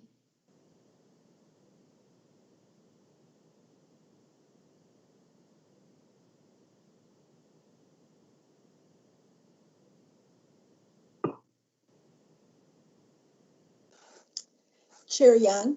Yes. I'd like to ask my fellow board members as they contemplate this resolution to think about the kind of leadership that we want to provide, certainly to the Commonwealth, but also the kind of conviction and backdrop we want to provide our incoming commissioner. We are at a time where we probably can try some things we've never tried before, because we are experiencing conditions that are brand new. So it will require a measure of innovation and courage on all our part. So I felt it was rising to the challenge of our chair to craft such a message. I felt it was important for us to make sure that not just our hands were on it, but our arms were all around it, our heads deep in it, and our hearts thoroughly committed. So it is the message that we send to our community and to our incoming commissioner that this is the agenda, because this is now an aspect of quality that has never been more forcefully required of us all. Thank you so much, Vice Chair Robinson, for the conviction and for the heart and for such a well-articulated message. Madam Chair, this is Aaron Thompson. 2 or 3 points. Obviously, I appreciate this at this time for a lot of reasons. Being an African-American educator in a state I love so well, making this statement is important not just as a reaction, number 2, but this has to be a proactive way we think about doing our business, and the charge for the new commissioner and others has to be with this solidly in mind. This is just not about diversity. This is not just about inclusion and equity. This is about the core values of this state, what we stand for, and how we then look at ourselves as we move into the future to become a better Kentucky and a more whole Kentucky. And number 3, just from an aspect of representing higher education, the idea that we all need to do more, including higher education, to think about education truly is the route to not only personal success, but it's the route to an understanding of what it means to have an educated economy, have an educated workforce, and how to have a civic input that matters to our future. And so my argument goes along with Vice Chair Robinson's in that this is a charge. This is not just a resolution or a statement. This is a charge. And that I would ask us to think about using assessment and process to see how well over the next many years we're living up to this charge. So thank you on the board. Excellent. Thank you so much, Dr. Thompson. And this is, Yes, Mr. Johnson. yeah, you know, I want to echo what some of Dr. Robinson and Mr. Thompson said. You know, it is incumbent upon us as a Board of Education, if we are truly serious. I mean, we're going to vote to adopt this thing today, but are we adopting it because it's something on paper? Is it something, or because it's something we're going to be committed to? The new commissioner, whoever it is going to have to get some instructions from us as a board to let that person know how serious we are about what we're putting in this resolution. Because I'm going to vote to abstain if we're not individually serious as a board about what we're going to put in this resolution. You know, I've thought long and hard about this, and as an African American, you know, I want to know. I know our lieutenant governor has stated unequivocally that the time is now for us to check ourselves on our focus and our attention to inclusions and diversity. And I just want to make that statement on the record that, you know, I can vote for this if we as a board are serious about taking every opportunity we can to encourage our new commissioner to implement those things down the road that's going to help us achieve the equity and to eliminate the racial prejudice and injustice that all of us know that still exists in our state. And I appreciate you all listening to me. So thank you so much, Mr. Johnson. And I would stand with you in that call that when we do the roll call vote today, this is not just a vote to approve a resolution, but that I hope each board member heard from Mr. Johnson to know that we are voting and committing to working with our commissioner to do this work and to be a more equitable, just board and department and public education system. Madam Chair, I would like to add too that first of all, I appreciate the use of the word reinvigorate in the call and the charge to the department. What the word says to me is it also recognizes that we have been doing some things. It also recognizes and points out that what we've been doing is not enough, and we need to be doing more. And I don't think this is, I think as an interim, even though I may only be here another week or another 6 weeks, depending on when the new commissioner arrives, I have an obligation as well. As you know, we have put in place some guidance documents in June related to race-based trauma of our students. And we're going to be taking action in the next few weeks to implement and lay the groundwork for implicit bias training first of KDE employees as a series, not as just a one-time training, but as a series, and working that into our monthly KDE meetings, which I'm sure the new commissioner will continue, and then also the charge from the lieutenant governor about implicit bias training in our schools. I have an obligation to go ahead and get that work started, even though we know we have a new commissioner here. And then my charge to the team that I will be leaving behind is this is a resolution that needs to be dog-eared, and the edges need to be worn, and there need to be notes on it, because it is a charge, as Dr. Thompson says, and a chart and a great instruction for us as we move forward. And I'll also be taking it with me where I go after KDE. So I want to thank the board for it. Thank you so much, Commissioner Brown. Chair Young, this is Lee Todd. Commissioner just mentioned that it was a charge to the department, but as Elvis and the previous speakers have said, it's a charge to us as well. And it is high time.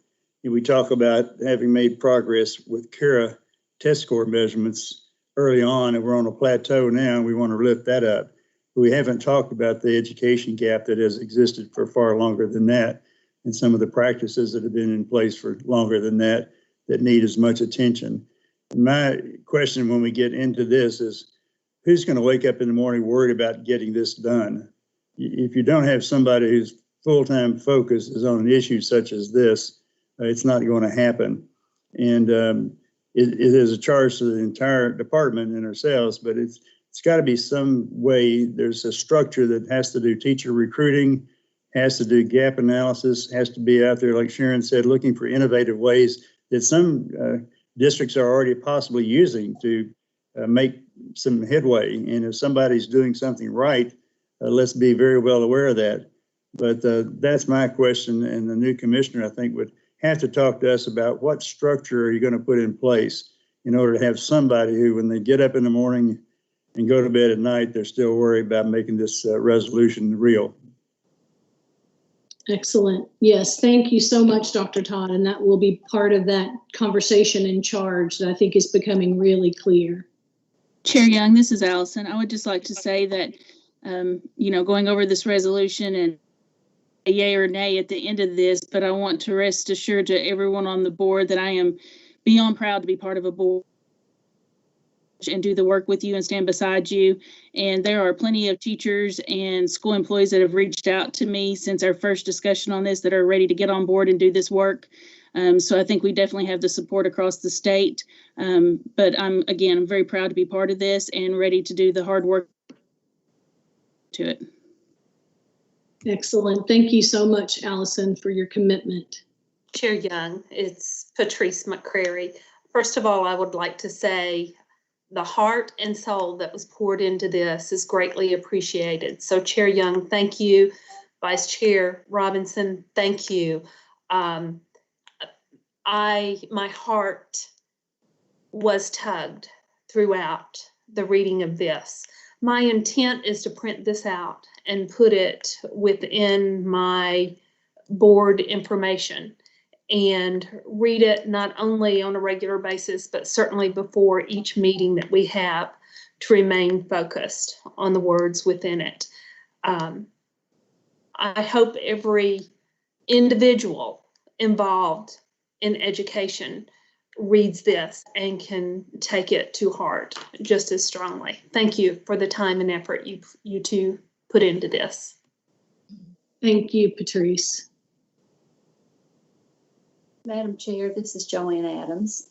Yes, Joanne.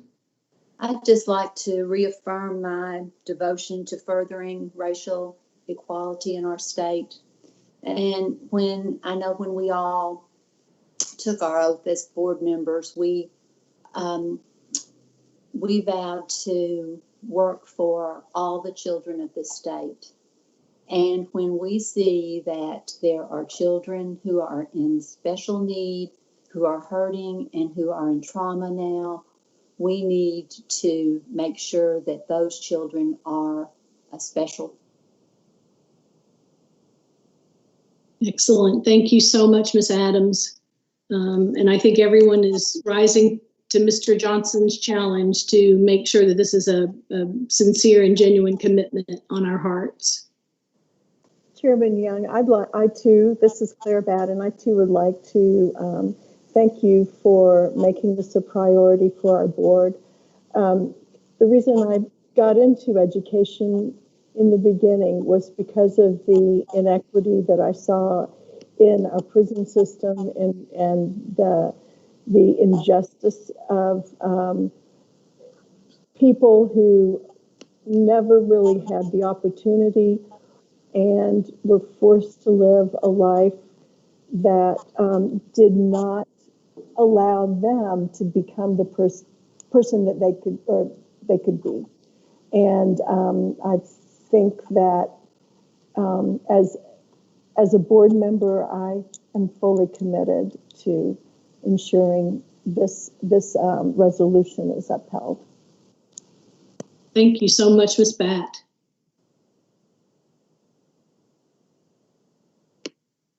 All right, thank you very much, board, for engaging in this work and for those very heartfelt comments as we move forward. Thank you.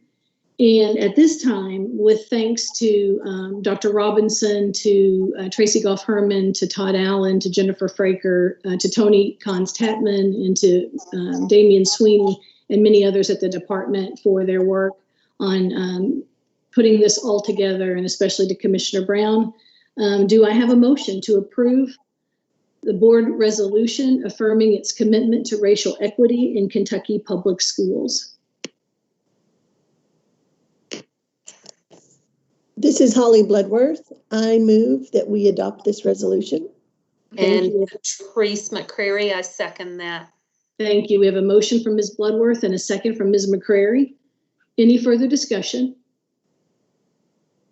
Hearing none, Jennifer, please call the roll. Joanne Adams. This is Joanne Adams.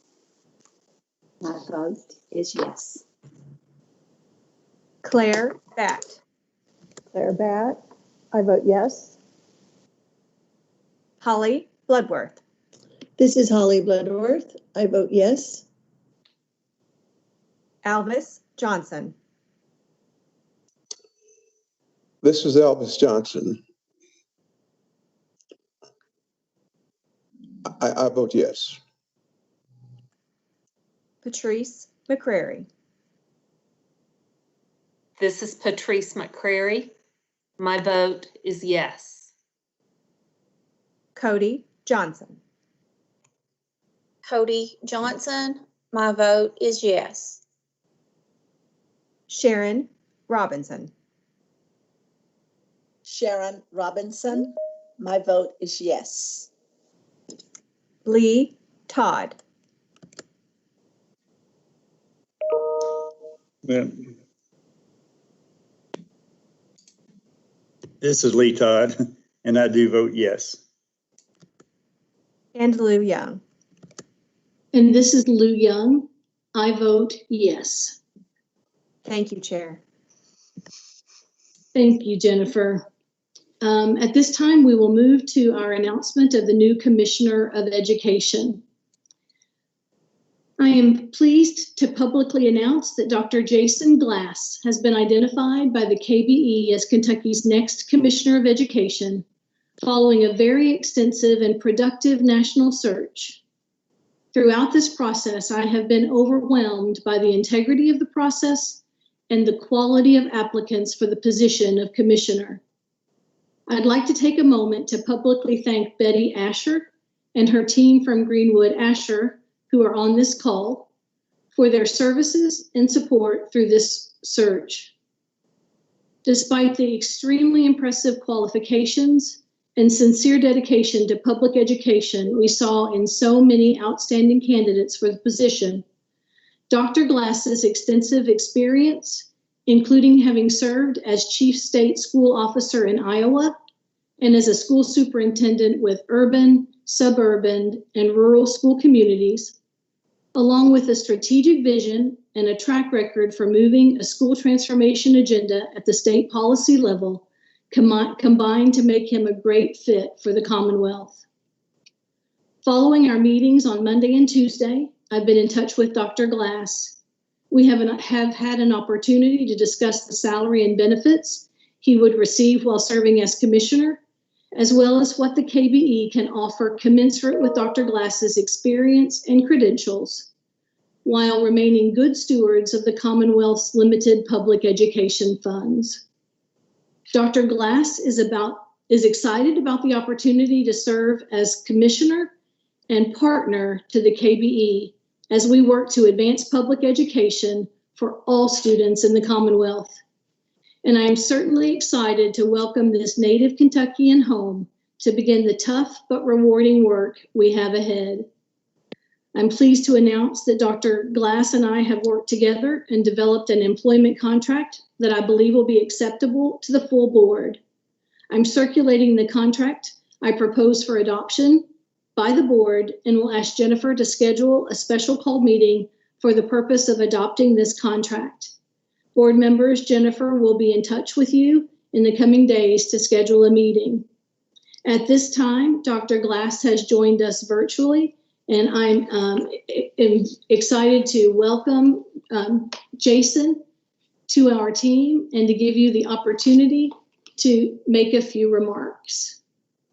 Thank you, Madam Chair and honorable members of the board. It's great to see all of you again.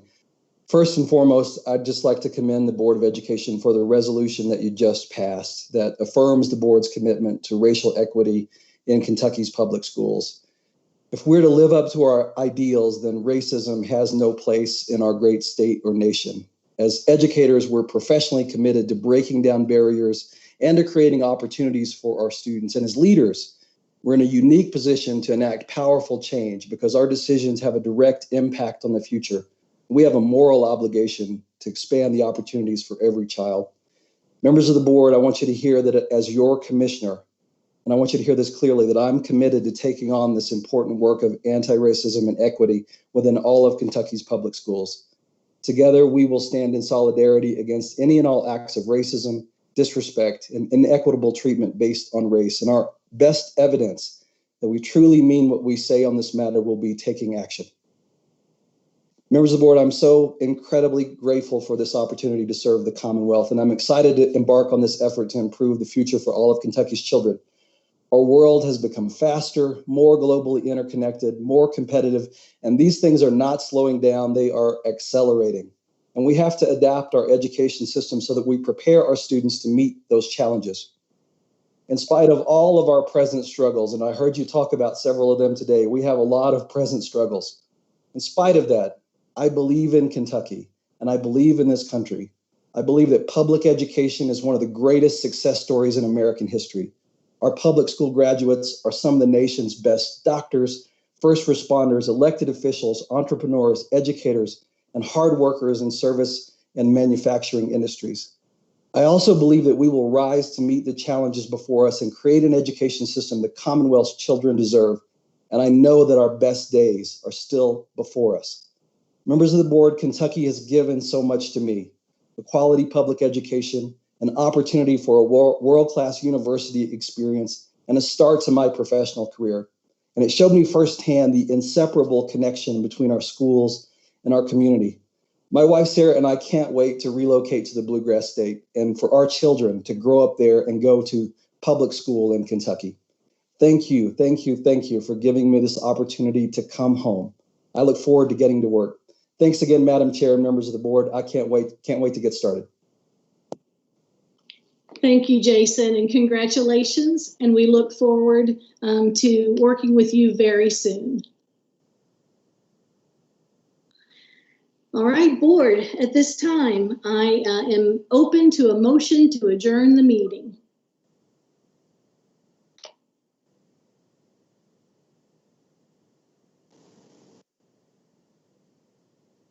This is Cody Johnson.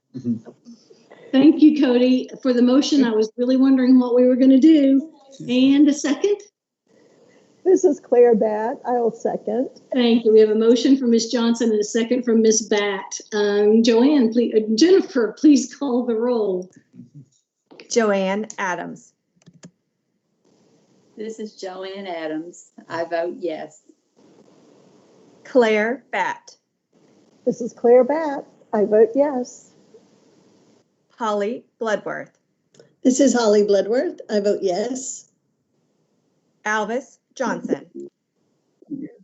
This is Alvis Johnson. I vote yes. Patrice McCrary. This is Patrice McCrary. I vote yes. Cody Johnson. This is Cody Johnson. I vote yes. Sharon Robinson. This is Sharon Robinson. I vote yes. Lee Todd. This is Lee Todd, and I vote yes. And Lou Young. This is Lou Young, and I vote yes. Thank you, everyone.